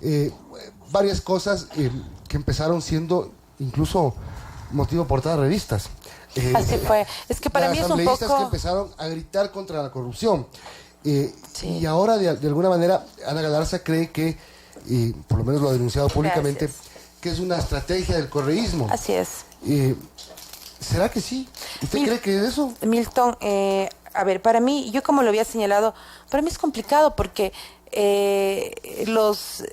por ejemplo, el ex legislador de Creo y Anita, hemos trabajado con Lenín y nunca podemos haber dicho que no es un buen profesional, porque lo es. Segundo, cuando pasa esto realmente para mí es complicado porque fue obviamente alguien de mi despacho y sin embargo he dicho, si Anita se atrevió a denunciar a grandes temas de corrupción, ¿por qué no le sacaron en su momento algo? Y nos llama la atención que lo de la asambleísta Vallejo fue el año pasado, por noviembre. ¿Y por qué se filtra el audio ahora? Primero, ¿por qué buscaron a un asesor de Creo o a un asistente de Creo para dar esta clase de pronunciamientos. Y segundo, buscaron a un exfuncionario de Anita Galarza con esa finalidad. Ahora me parece que no se debería en la Asamblea buscar venganza de esta manera. La asambleísta Vallejo fue claro, cuando ella salió de la Asamblea, ella señaló claramente que no se irá sola. Pero claro, el tema es combatir con responsabilidad la corrupción. En este caso, yo saludo el hecho, por ejemplo, que Ana Galarza esté dando la cara y esté diciendo que se conforme la comisión, ella como la que más quiere que se conforme la comisión, porque nos parece indispensable también que esto no solamente le afecta a Ana Galarza, nos afecta a todo el bloque de Creo, y en ese sentido nosotros estamos apoyando que la comisión sea parte de eso. Como yo le he dicho, Milton, yo creo en el ser humano, yo pongo las manos al fuego por lo que yo puedo decir, por lo que yo puedo votar y por lo que yo decida, obviamente. Y en este caso, hoy tengo más dudas, por ejemplo, de lo que pueda pasar a futuro. Si una persona de confianza hizo eso, que sea un llamado de atención a toda la Asamblea. Hay infiltrados, por supuesto que pueden haber infiltrados, y más aún en este espacio político donde la crisis es evidente, la crisis política, donde llaman correístas a tratar de comprar, conciencias de alguna manera, ¿no? Así que por el bien primero del país, de la Asamblea y también como bloque, espero que esto ya culmine y se pueda dar la responsabilidad a quien tenga que darse. En ese sentido, nosotros no vamos a hacer espíritu de cuerpo para nada para boicotear una comisión. Nosotros vamos a apoyar para que esa comisión se forme parte. 8:16, comenzamos con Yanine Cruz, asambleísta por Creo. Y bien, cambiando un poco de tema, mientras este caso se investiga, está el tema de la ley de comunicación y sus reformas, y el tema de que el presidente Lenín Moreno está por enviar este veto parcial a la ley de comunicación. Y yo le pregunto a Yanine Cruz, que ha sido parte de la Comisión de Derechos Colectivos, que ha tramitado las reformas a la ley de comunicación, ¿cómo debería salir este veto presidencial? Bueno, me parece que el debate de la ley de comunicación tuvo la posibilidad de recoger la mayoría de observaciones de diferentes sectores, que es lo indispensable. Sin embargo, el 18 de diciembre, cuando se aprobó el segundo y definitivo informe de la ley de comunicación, nos llamó la atención, por ejemplo, el tema de sugerir en la normativa que se establezca claramente la renovación automática de las frecuencias. ¿De dónde salió eso? Nos sorprendimos porque obviamente venía desde un grupo de medios de comunicación, pero nosotros habíamos establecido claramente que no es posible, porque la Constitución en el artículo 17 obliga a que existan concursos transparentes. Y en ese sentido, claro, nos quedamos realmente sorprendidos, y es por eso que el veto del presidente tiene que llegar en ese respeto a la Constitución. No es lo que le guste a cierto legislador ni lo que quiere el presidente. Nosotros tenemos que ser claros, ese respeto a la Constitución. Y en ese sentido, saludo el hecho de que ya se han pronunciado de que se va a vetar oportunamente el tema de que exista el concurso de frecuencias transparentes para la asignación, en este caso, de las frecuencias. Pasaron cosas como extrañas, digamos, en el momento de la aprobación de la ley de comunicación. El tema de las frecuencias, que se lo mete en la noche de la votación. Hace un momento conversábamos con Gonzalo Ponce Leiva sobre el tema del artículo 98, por ejemplo. Dice que nunca fueron citados de la comisión los trabajadores audiovisuales de la cinematografía, y que el presidente de la comisión, Corozo, nunca les comentó o nunca dijo que iba a ser cambiado este artículo 98. Dos ejemplos que le pongo sobre cosas que pasaron al final con la ley de comunicación. En el tema del artículo 98, nosotros también estamos esperando el veto del presidente. Bueno, primero porque nos llama la atención que una persona, un ecuatoriano que esté fuera del país, pueda obviamente publicitar.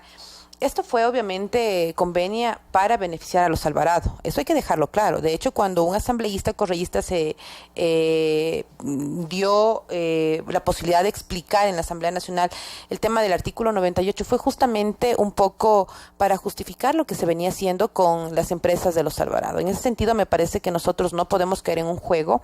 Si queremos dar la posibilidad para la producción nacional, por supuesto, pero que estén en las mismas condiciones para todos, no favoreciendo a ciertas consultoras. Eso es algo que a nosotros sí nos había preocupado. Y segundo, la imposición nunca ha sido parte clave para un proyecto de ley de la libertad de expresión, mucho menos en el tema de la comunicación.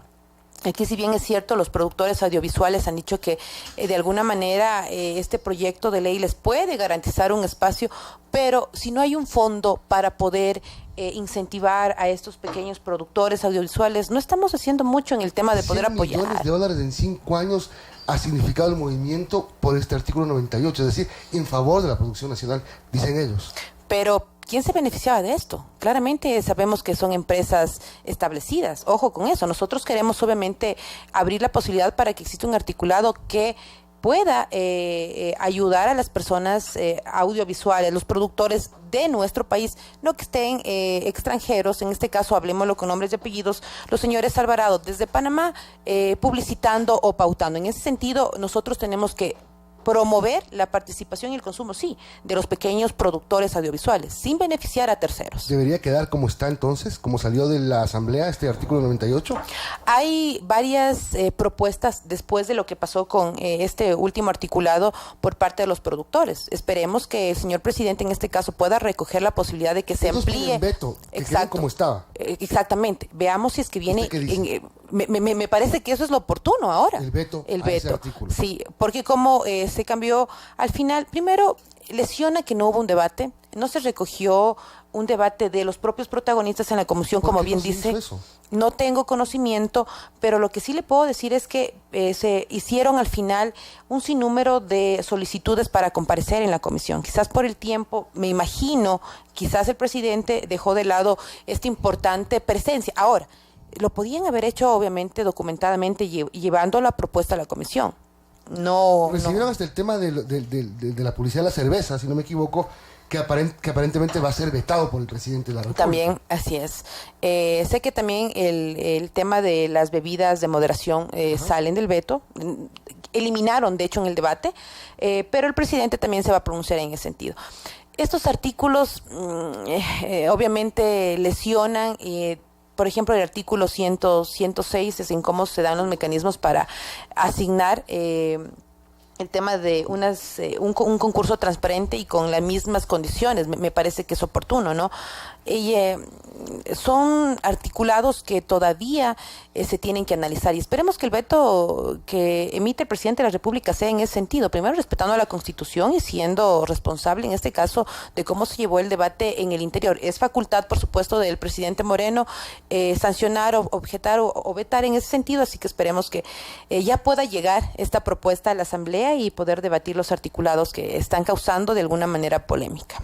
Janine, otros temas que fueron observados por el Ejecutivo tienen relación a la estructura del Consejo de Regulación y Desarrollo de la Información, que es el CORDICOM, y pues según la SECOM, el Ejecutivo mantendrá esta composición conforme a las normas constitucionales. ¿Cuál es su opinión respecto a la conformación del CORDICOM? Hemos establecido claramente que queremos un proyecto de ley que tenga la calidad o el nivel de estándares internacionales. En ese sentido, cuando llegó a la comisión Edison Lanza, el relator de la CIDH, él había señalado que para poder respetar la libertad de expresión y este consejo tiene que ser un consejo que responda a la sociedad civil, a los medios comunitarios, medios públicos y medios privados, sin la injerencia del funcionario público, sin la presencia del Ejecutivo.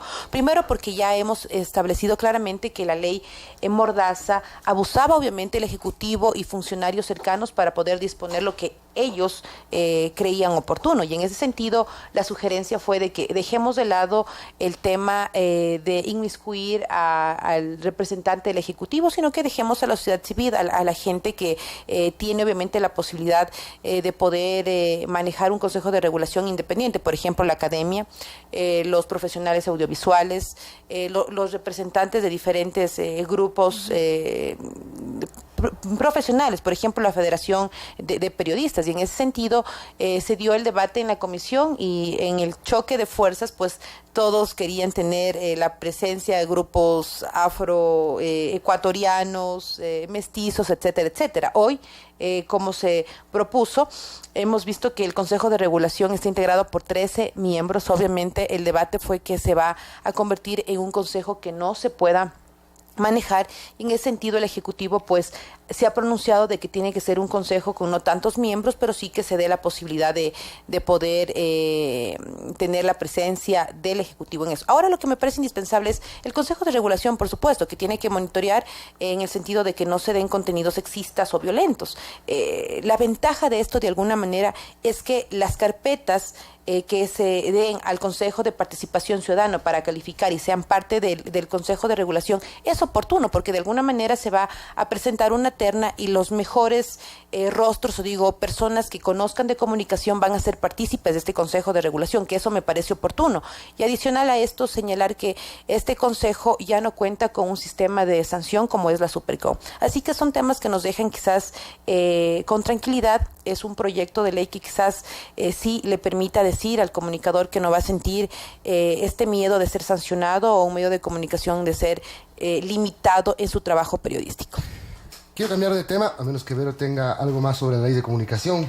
Bueno, quería preguntarle a Janine sobre un proyecto de ley para los medios públicos, que es una propuesta que la ha hecho pública y que nos comente por qué es necesario una ley para medios públicos. A ver, me parece que en el debate de la ley actual hemos recibido de todos los sectores muchas quejas en que este articulado presentado no regula los medios públicos. Y claro, ¿cuál fue el temor de muchos? Por ejemplo, la Unión Nacional de Periodistas nos decía, ¿cómo podemos controlar que el medio público no sea mal utilizado por el político, por el funcionario, por la autoridad?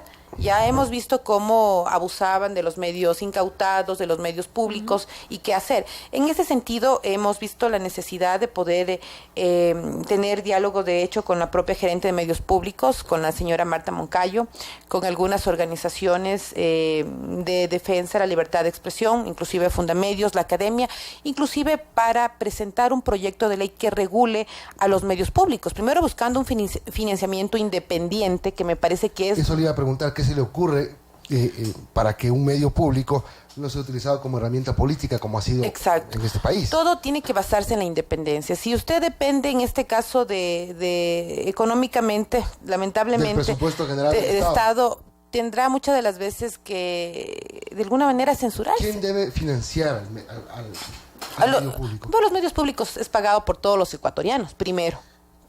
Ya, eso está claro. Pero ¿quién administra la plata? Porque, por ejemplo, en Alemania, la Deutsche Welle es un medio público, pero el presupuesto está en la Asamblea de Alemania, en el Congreso alemán. Es decir, no tiene nada que ver con el Ejecutivo. Uno podría pensar, sí, pero con el Legislativo sí. Y sería un medio que responde a los intereses del Congreso alemán. Pero no es así. Claro, a ver, nosotros de hecho hemos tenido acercamiento con la Embajada Alemana para conocer justamente cómo nace ese pago de los ciudadanos, en este caso para mantener un medio público independiente, donde se pueda criticar a la autoridad. Y en ese sentido estamos presentando un proyecto, espero realmente que para finalizar este 2019 se pueda ya tener un proyecto de ley para socializarlo con los medios, con los ciudadanos, en donde se establezca claramente cuáles serían los mecanismos de la independencia económica, que es uno de los temas sí fuertes. Sí. Y segundo, también el inconveniente que hubo, porque el gerente del medio público es puesto por la autoridad. Hay ministros que están al frente.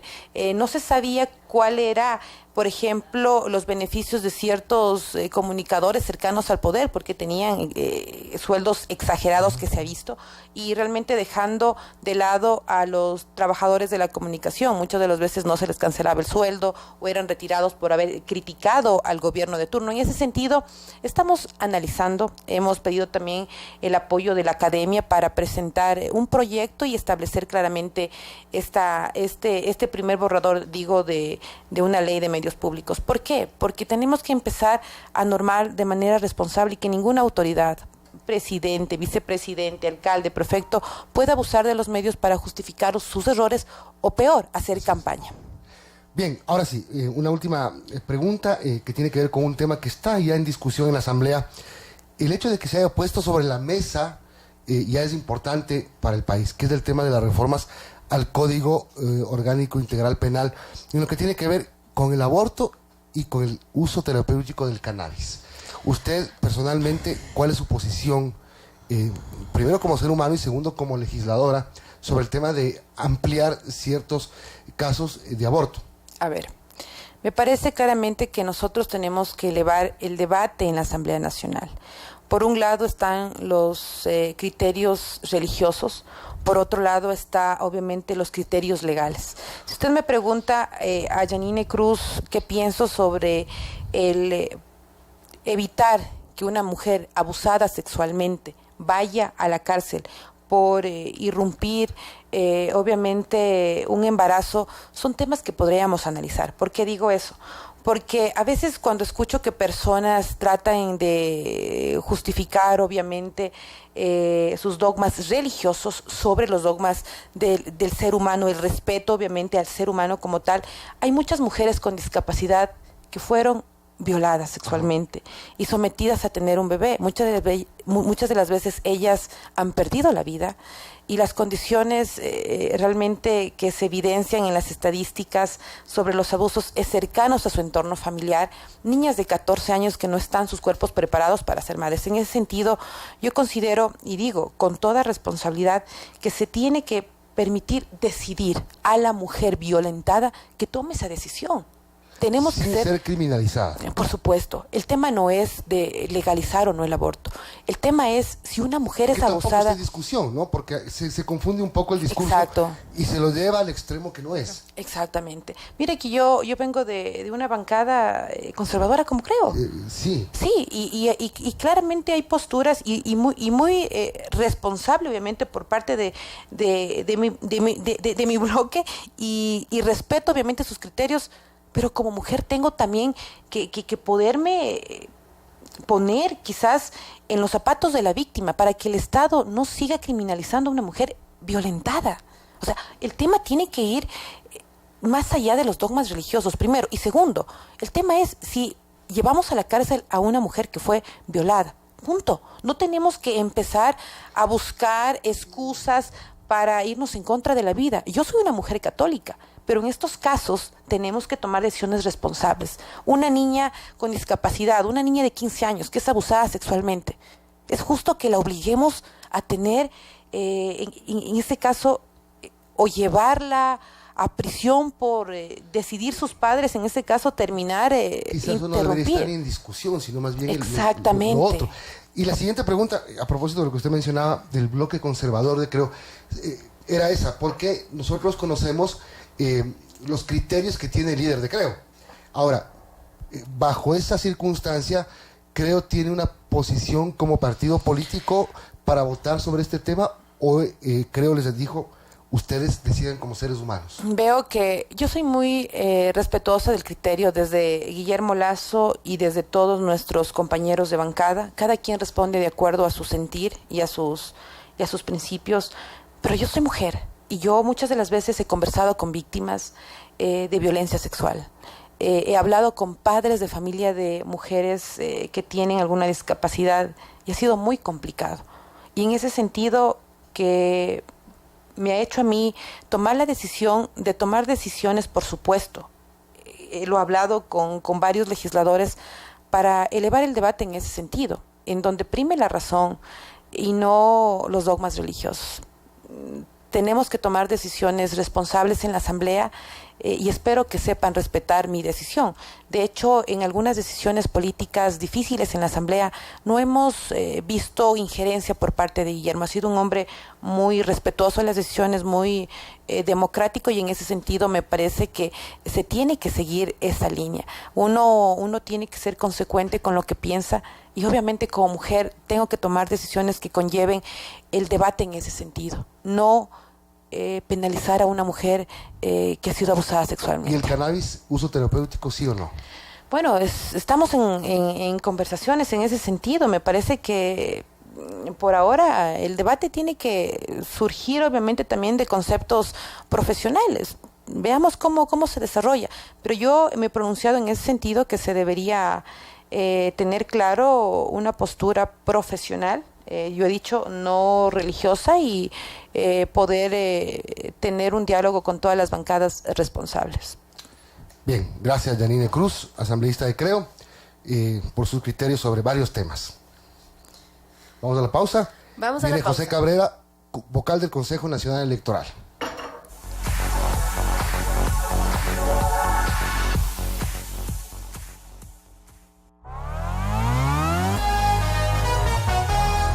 noticiero Sucesos regresa luego de este espacio publicitario. 8:34. Inicio de espacio publicitario. Eso, con fuerza. Ya llegamos un poco más. Abre el contenedor para lanzar los escombros a la basura. ¡Vecinos! ¿Qué creen que están haciendo? Nada, solo estamos botando basura. ¿Basura? Eso no es basura. Ladrillos, concreto, material de construcción son escombros. Y los muebles viejos, colchones y electrodomésticos dañados son tereques. Oye, pana, la Bessie tiene razón. Los escombros y tereques pueden dañar los recolectores. Bessie, ¿acaso usted trabaja en Emaceo? No, vecinos. Yo soy una ciudadana que quiere a Quito. Conozca los lugares de recolección de escombros y tereques en www.emaceo.gov.es/Quito a reciclar. Quito cuenta contigo. Tú cuentas con Quito. Quiero pasar más tiempo con mi familia y con el metro lo voy a poder hacer. Conseguimos el financiamiento, construimos y sacamos adelante el Metro de Quito, que va a transportar a más de 400,000 pasajeros diariamente, ahorrándoles muchísimo tiempo. Yo solo necesitaba que me tuvieran en cuenta. Tú cuentas con Quito y Quito cuenta contigo. Es un mensaje de la AMT, Alcaldía de Quito. Fin de espacio publicitario. Un tramo aproximado de 6 kilómetros del recorrido centro-norte de la ecovía será intervenido desde la noche de este miércoles 9 de enero por la empresa pública metropolitana de movilidad y obras públicas. Los trabajos son parte del plan de mantenimiento vial de la ciudad que se ejecutan en este año y en los que el municipio invierte cerca de $653,000 para renovar la calzada de la ecovía que lleva 17 años al servicio del transporte público municipal.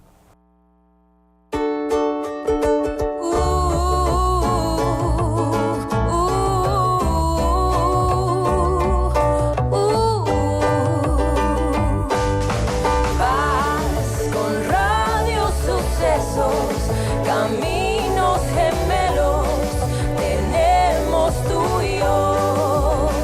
Vamos a cantar, la vida te espera con Radio Sucesos. Juntos tú y yo, juntos tú y yo.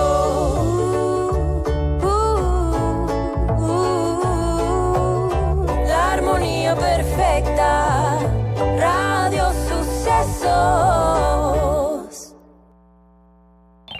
Recuerde que ahora nos puede seguir a través de nuestra página de Facebook Radio Sucesos _Alto Música Excepcional para sus opiniones, comentarios, sugerencias musicales e información de las novedades en el mundo de la música y nuestra programación.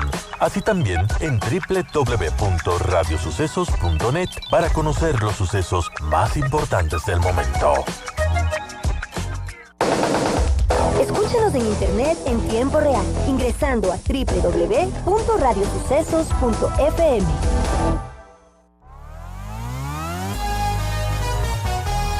Continuamos en su noticiero Sucesos.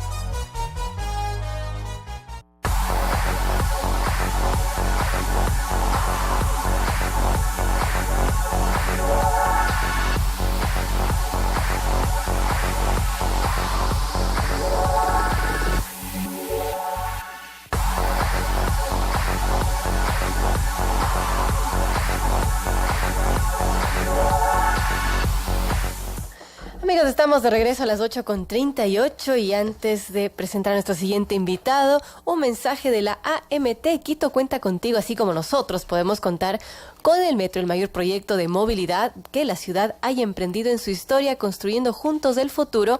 Este es un mensaje de la Agencia Metropolitana de Tránsito, la AMT. 8 de la mañana, 38 minutos. Conversamos con José Cabrera, consejero nacional electoral. Doctor, buenos días, gracias por acompañarnos. Antes de empezar con el tema de las candidaturas y del proceso en sí, hay una denuncia sobre estas afiliaciones ilegales que se han realizado por parte de varios partidos políticos. Y aquí hay una entrevista que hace Diario Expreso a la presidenta del Consejo Electoral, Diana Tamaín, y dice que hay corresponsabilidad. Primero, por las organizaciones políticas que si se demuestra que falsificaron firmas o tienen afiliados que no dieron su consentimiento, son responsables de un delito. Eso por un lado, dice Atamaín. Por otro lado está el Consejo Nacional Electoral, que teniendo un software y un programa para la calificación de firmas haya permitido que se acepten y se validen esas firmas falsificadas. ¿Cuál es su criterio sobre esto? Buenos días a la ciudadanía. Gracias, Verónica, Milton, por la invitación. Estoy siempre a las órdenes. En cuanto a su pregunta, sí, efectivamente, cuando nos posesionamos, nos posicionamos en el transitorio, porque fui parte del transitorio, lo primero que solicitamos a Contraloría fue el examen del software y del proceso mismo de firmas, porque ya teníamos algunas novedades sobre este tema. Recordemos además que en el 2012 ya hubo la denuncia de esta situación. Fue por eso que incluso se abrió una indagación fiscal. Estoy haciendo las averiguaciones a ver si esa indagación fiscal se cerró o está todavía abierta. Estamos esperando los resultados del examen de Contraloría. Y efectivamente, si es que encontramos que hay gente dentro del Consejo Electoral que permitió que pasaran estas firmas falsificadas, tendrán sus sanciones. Y nosotros somos un organismo administrativo, no jurisdiccional. Por esa razón, si se encuentran firmas falsificadas, que los únicos que pueden decir son los mismos ciudadanos, o que están haciendo las denuncias los ciudadanos. En cuanto a eso, el proceso es el siguiente. Este momento estamos tratando de mejorarle para que los tiempos sean más rápidos. Se presenta una solicitud de apoliticismo a las diferentes delegaciones provinciales. Queremos que ese momento se dé una respuesta, en unos 5 o 10 minutos se dé una respuesta si está afiliado o no a una organización política o es adherente, e inmediatamente llenar el formulario para desafiliarse o anular. Ahí hay que aclarar ese tema. Si solicito desafiliarme, quiero decir que estoy admitiendo que en algún momento me afilié. En cambio, si anula, dice no, yo jamás estuve de acuerdo en dar esta firma. Eso tiene que tener clara la gente que ha sido afiliada sin querer. Así es. Entonces, porque si solicita desafiliación, quiere decir que está admitiendo que fue afiliado. En cuanto ya a la parte legal, si es que se siente afectado, y eso conversábamos con Diana para tener un acercamiento con Fiscalía y poder dar las facilidades al ciudadano, si es que él se da cuenta o esa persona se da cuenta que es una falsificación, hacer la denuncia respectiva. Quien tiene que resolver en la parte legal es la Fiscalía, con peritos grafológicos, especialistas, y serán quienes determinen la sanción, pero ya en el área legal. En cuanto al software, debo indicarle, Milton, que el software por sí solo no tiene la capacidad de decir esta firma es idéntica a esta otra, no hace esa comparación.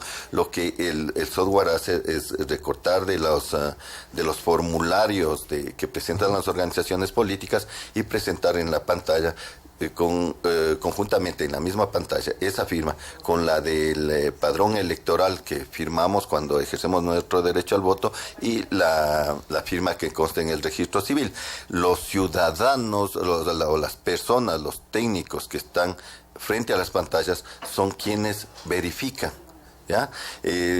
No hay un software que haga automáticamente esa verificación. Decir, pueden haber sido manipulados. ¿Ustedes sospechan que se permitió la manipulación, que alguien manipuló, o tienen indicios de que eso ocurrió?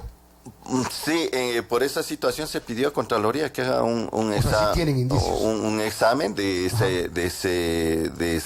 esa operatividad y del sistema también, que se verifique, porque teníamos ya novedades. Estamos esperando el examen de eso, y hubo ya algunas denuncias anteriores, y por eso las personas que están frente a las pantallas y diciendo esta firma es o no es, tenemos entendido que fueron preparadas con grafólogos. Incluso ahí están 2 o 3 grafólogos conjuntamente con el resto del equipo, y en cuanto tuvieran una duda son los grafólogos especialistas quienes ayudan a resolver. Entonces, si encontramos que existen firmas que no tienen nada que ver y se las dejó pasar, el software debe tener el log de quién fue el usuario, y de esa manera determinamos quién dejó pasar una firma que claramente era falsificada. Es decir, este trabajo ilegal es hecho en contubernio entre organizaciones políticas y miembros del Consejo Nacional Electoral. Posiblemente no puedo todavía yo determinar pero eso. Pero todo lo que se está diciendo, se puede determinar eso, o por lo menos pensar eso. Se podría pensar, yo todavía no puedo determinar ese punto porque no tengo pruebas. Entonces, si no tengo pruebas, sí no puedo. Sospechas, pero no pruebas. Por esa razón, incluso Diana indica ahí que se va a realizar una investigación y ver si es que hubo de parte de funcionarios del Consejo Electoral la complicidad, se puede decir, en ese tema, serán sancionados y también denunciados de acuerdo a la ley. 8:45, conversamos con José Cabrera, consejero nacional electoral. Y añadiendo a la pregunta de Milton, hay otra denuncia, algo muy preocupante que dijo Diana Tamain, presidenta del CNE, en esta entrevista con Diario Expreso, y es que están tratando de bloquear el sistema del CNE, que ha habido ataques desde adentro. Eso quisiera que nos cuente cómo actuar, qué va a hacer el CNE frente a estos ataques que vienen de fuera, pero también desde dentro, que es muy preocupante. Únicamente, permítame, para terminar la idea, el software que se está utilizando hasta la actualidad fue adquirido en el 2012. Entonces, con ese software se está trabajando.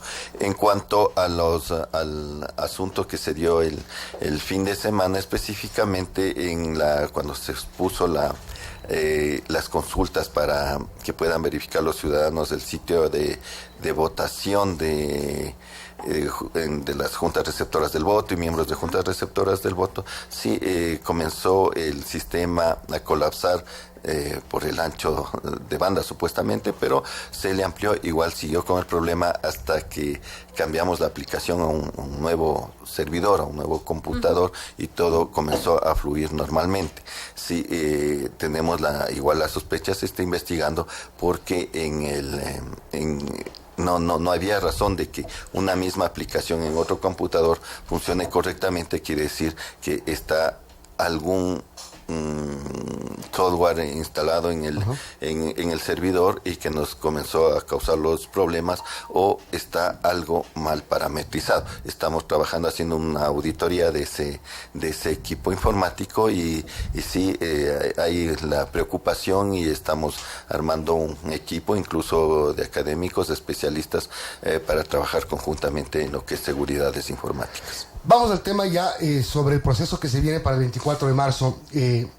Vamos a elegir 5.675 autoridades y tenemos 80.000 y pico de candidatos.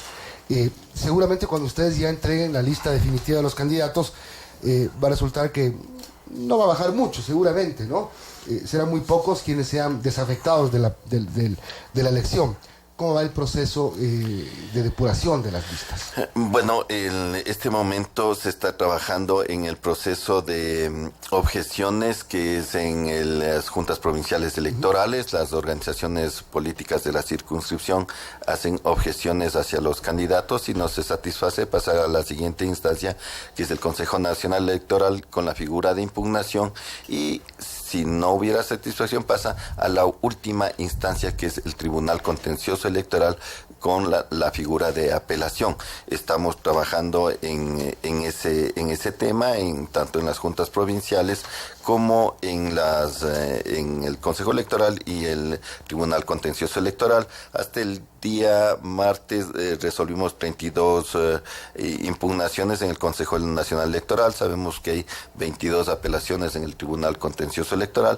Anoche resolvimos unas 6 adicionales.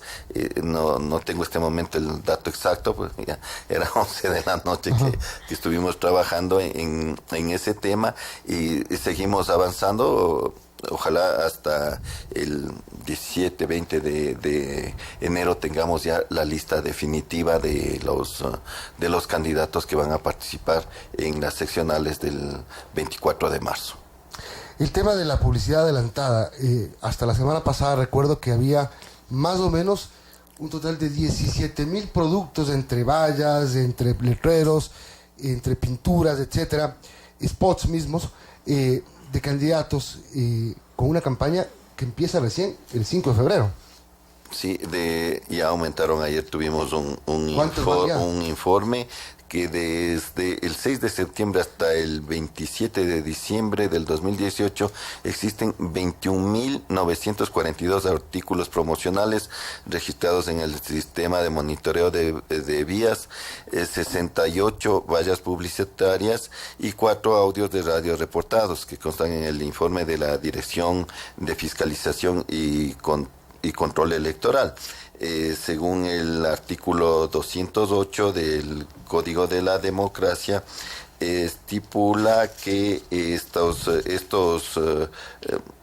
hallazgos, esta pre-campaña que se está haciendo, estos egresos, como dice aquí, los egresos realizados de estas actividades se imputarán al gasto electoral de cada organización política en cuanto ya esté oficializada la candidatura de la persona o del ciudadano que realizó la campaña. En eso también está tomando precauciones el Consejo Electoral de acuerdo a sus funciones y a sus atribuciones como está estipulado en el Código de la Democracia. Uh-huh. Ahora, otro tema más es el tema de los miembros de las juntas receptoras del voto. Empezó esta semana la preparación, los cursos para los chicos, básicamente son estudiantes, ¿no? En su mayoría. Son 270,000 y pico, si no me equivoco, ¿no? A nivel nacional son 274,680, más las 916 juntas en el exterior, que son 4,290 ciudadanos. En total son 278,970 ciudadanos que estarán en las juntas receptoras del voto, de los cuales el 75.71% son estudiantes de educación superior. Se ha dado privilegio a los estudiantes universitarios, quienes estarán en la mayor parte de juntas receptoras del voto. Sabemos que es un proceso complicado por la cantidad de papeletas, por la cantidad de candidatos que va a haber. Yo creo que la capacitación va a ser el éxito de este proceso electoral complicado, porque si pueden realizar un conteo rápido, un conteo exacto, va a haber menos impugnaciones y más bien se va a poder informar al país en el menor tiempo posible. Entonces, sabemos que los jóvenes vayan con ese entusiasmo patriótico, cívico, de que van a hacer un trabajo por el país. Como yo digo, son los guardianes de la democracia, son quienes van a pasar en las juntas receptoras del voto un día duro, cansado. Pero creo que a la final tendrán con la satisfacción de que trabajaron por el país. Ellos van a contar los votos y ustedes a qué hora ese día estiman tener ya los primeros resultados y saber quiénes son. Por lo menos me imagino que el tema de alcaldes y prefectos, que no se tiene que aplicar el método de asignación de escaños. Sí, obviamente la ciudadanía va a estar preocupado especialmente alcaldes y prefectos de las diferentes ciudades y provincias. No quisiera dar este momento horas, ¿no? O crear expectativas. Como les digo, es un proceso complicado y dependemos básicamente de los miembros de juntas receptoras del voto que tengan la habilidad y la rapidez para realizar el proceso electoral. Había un pedido de Luis Verde Soto para que se incluya a los medios digitales en la campaña electoral. ¿Qué pasó con esta situación? Bueno, en ese punto tengo que ser claro, yo me abstuve porque según la ley estipula que son medios impresos, de radio, televisión y vallas publicitarias. No habla de medios digitales. Yo sí estoy de acuerdo con Luis de que tenemos que ir con la modernidad, pero para eso vamos a presentar reformas al Código de la Democracia. Sabemos que tiene muchas fallas del Código de la Democracia, pero no podemos irnos sobre ese tema. Sin embargo, hay que respetar la decisión de la mayoría. La mayoría estuvo de acuerdo y sé que hasta el día lunes en las 12 de la noche que se terminó la inscripción de los medios registrados para el proceso electoral. Son 755 medios a nivel nacional. No tengo el conocimiento si se registraron medios digitales, que obviamente para ser aprobados deben cumplir con los requisitos de los organismos de control. No tengo conocimiento de eso. Dentro del reglamento quedó aprobado, la mayoría aprobó, pero no sé si es que están registrados. Igual tienen que pasar un filtro de calificación, y que el Pleno será quien que apruebe a quienes han calificado a los medios que se registraron, cuáles son los que califican. Esto será en los próximos días. Ustedes empezaron ya la asignación por el tema publicitario para la campaña electoral, ¿verdad? Sí. Se ha calificado, un hecho curioso, se califica a TVC, un canal de televisión cuya frecuencia está en un entredicho legal.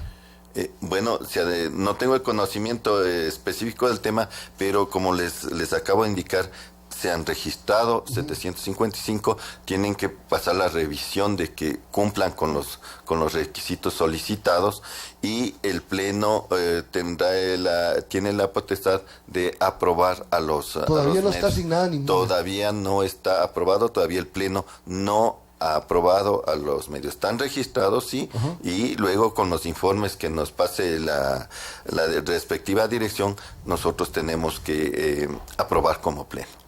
Uno de los temas que superaron ya el lunes con el sorteo de posiciones de los 43 candidatos al Consejo de Participación Ciudadana da prácticamente por cerrado este tema inédito, que es la elección por primera vez de los vocales del CPCCS.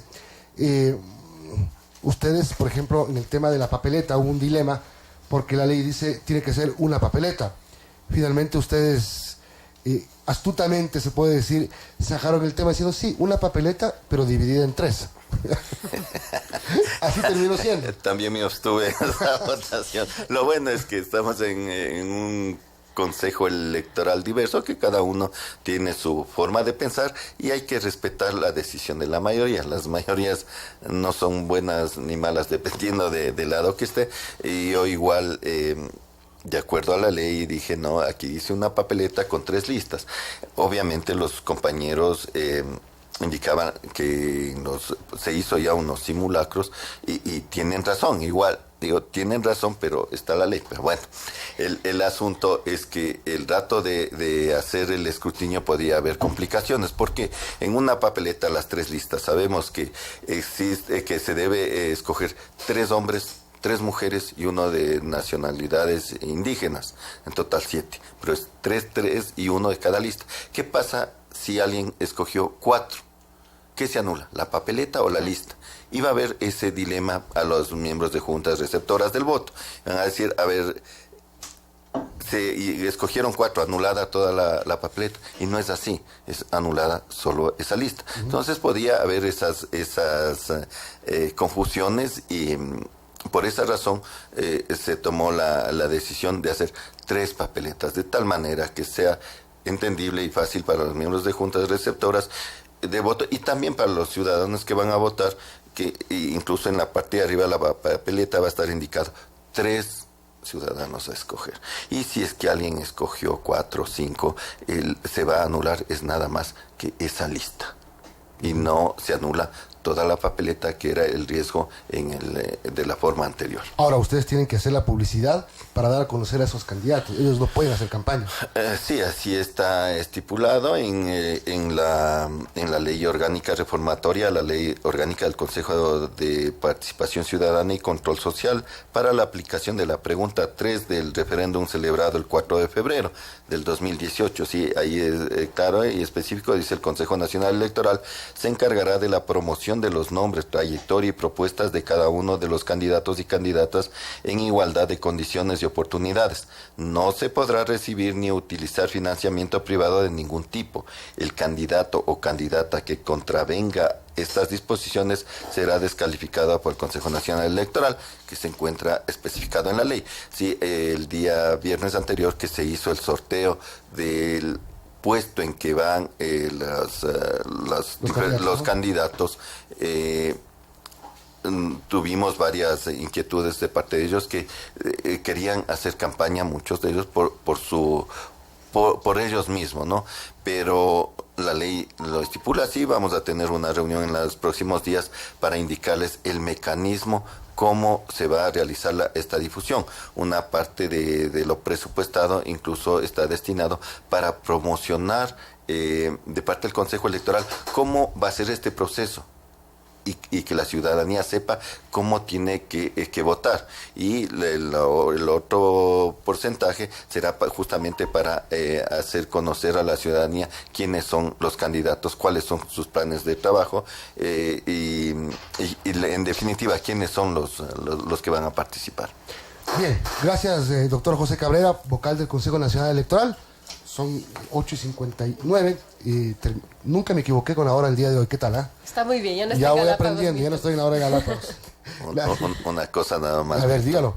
No soy doctor, soy ingeniero informático. Se vayan a enojar los doctores. Bueno. Siempre le confundimos. Gracias, ingeniero informático José Cabrera, consejero nacional electoral.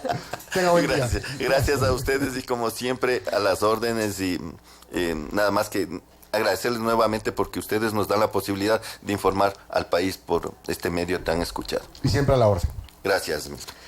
Tengan buen día. Mañana tenemos más entrevistas, haremos más noticias y conversaremos pluralmente con más personas. Antes de despedirnos, leemos una polémica que hay en redes sociales y es que el gobierno de Lenín Moreno no ha anunciado si asistirá al acto de investidura de Nicolás Maduro o quién asistirá en reemplazo de Lenín Moreno. La ceremonia, recordemos, rechazada por el Grupo de Lima, Estados Unidos, la Unión Europea, y esto será mañana. Todavía no hay un pronunciamiento. Tengo información extraoficial de que quien asistirá en representación del Ecuador a la posesión de Maduro será el encargado de negocios de la Embajada Ecuatoriana en Caracas. Acuerde que estamos con relaciones frías, por no decir rotas, sino frías, diplomáticamente se conoce así, luego de que Ecuador expulsara a la embajadora venezolana y Venezuela hiciera lo propio. Tenemos nivel de encargado de negocios y sería quien asista mañana a la posesión de Maduro.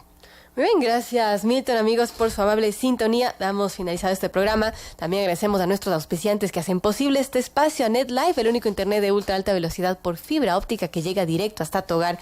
Gracias a EMASEO y a la Agencia Metropolitana de Tránsito. Buenos días.